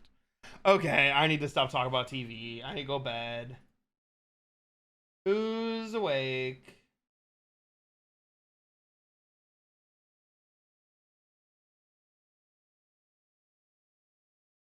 Where are we going?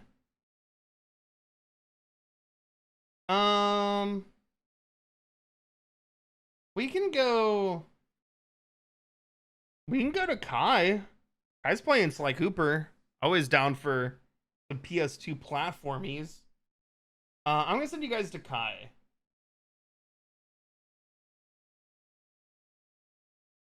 Here you go. Jump over there. Give her your love. I don't know why she's streaming so late. She needs to go to bed. I'm not gonna tell anyone what they can and can't do, but I'm like, you know what? I need to go to bed. Let's say that. Thank you guys for a wonderful stream. I came in and I was like, man, I'm like, I don't know what to do. I guess we'll shiny hunt. I don't know if I'm like super feeling it, but by the end, I felt it. Y'all, we had a great night. It was super fun. You won't see me on it all this weekend. I'm gonna go bed. I'm gonna the weekend. I'm gonna prep for the big game on Sunday, and then Sunday I'm gonna have people over for Super Bowl and have a good time. And yeah, you guys have a wonderful time with Kai. I'll be back early next week. We'll play more games. We'll have fun. We'll have laughs. Say goodbye to the sign. This is the last time you'll see it today, but it'll be there the whole time. Thanks for hanging out. Thank you so much for being here. Toodaloo, bitey bye. Love you very much. See you soon. Oh shit, which of these oh my god, it's this one. It's this one. Okay, that's all the time I've got. I gotta get back to playing Animal Crossing New Leaf on my Nintendo 3DS. Bye.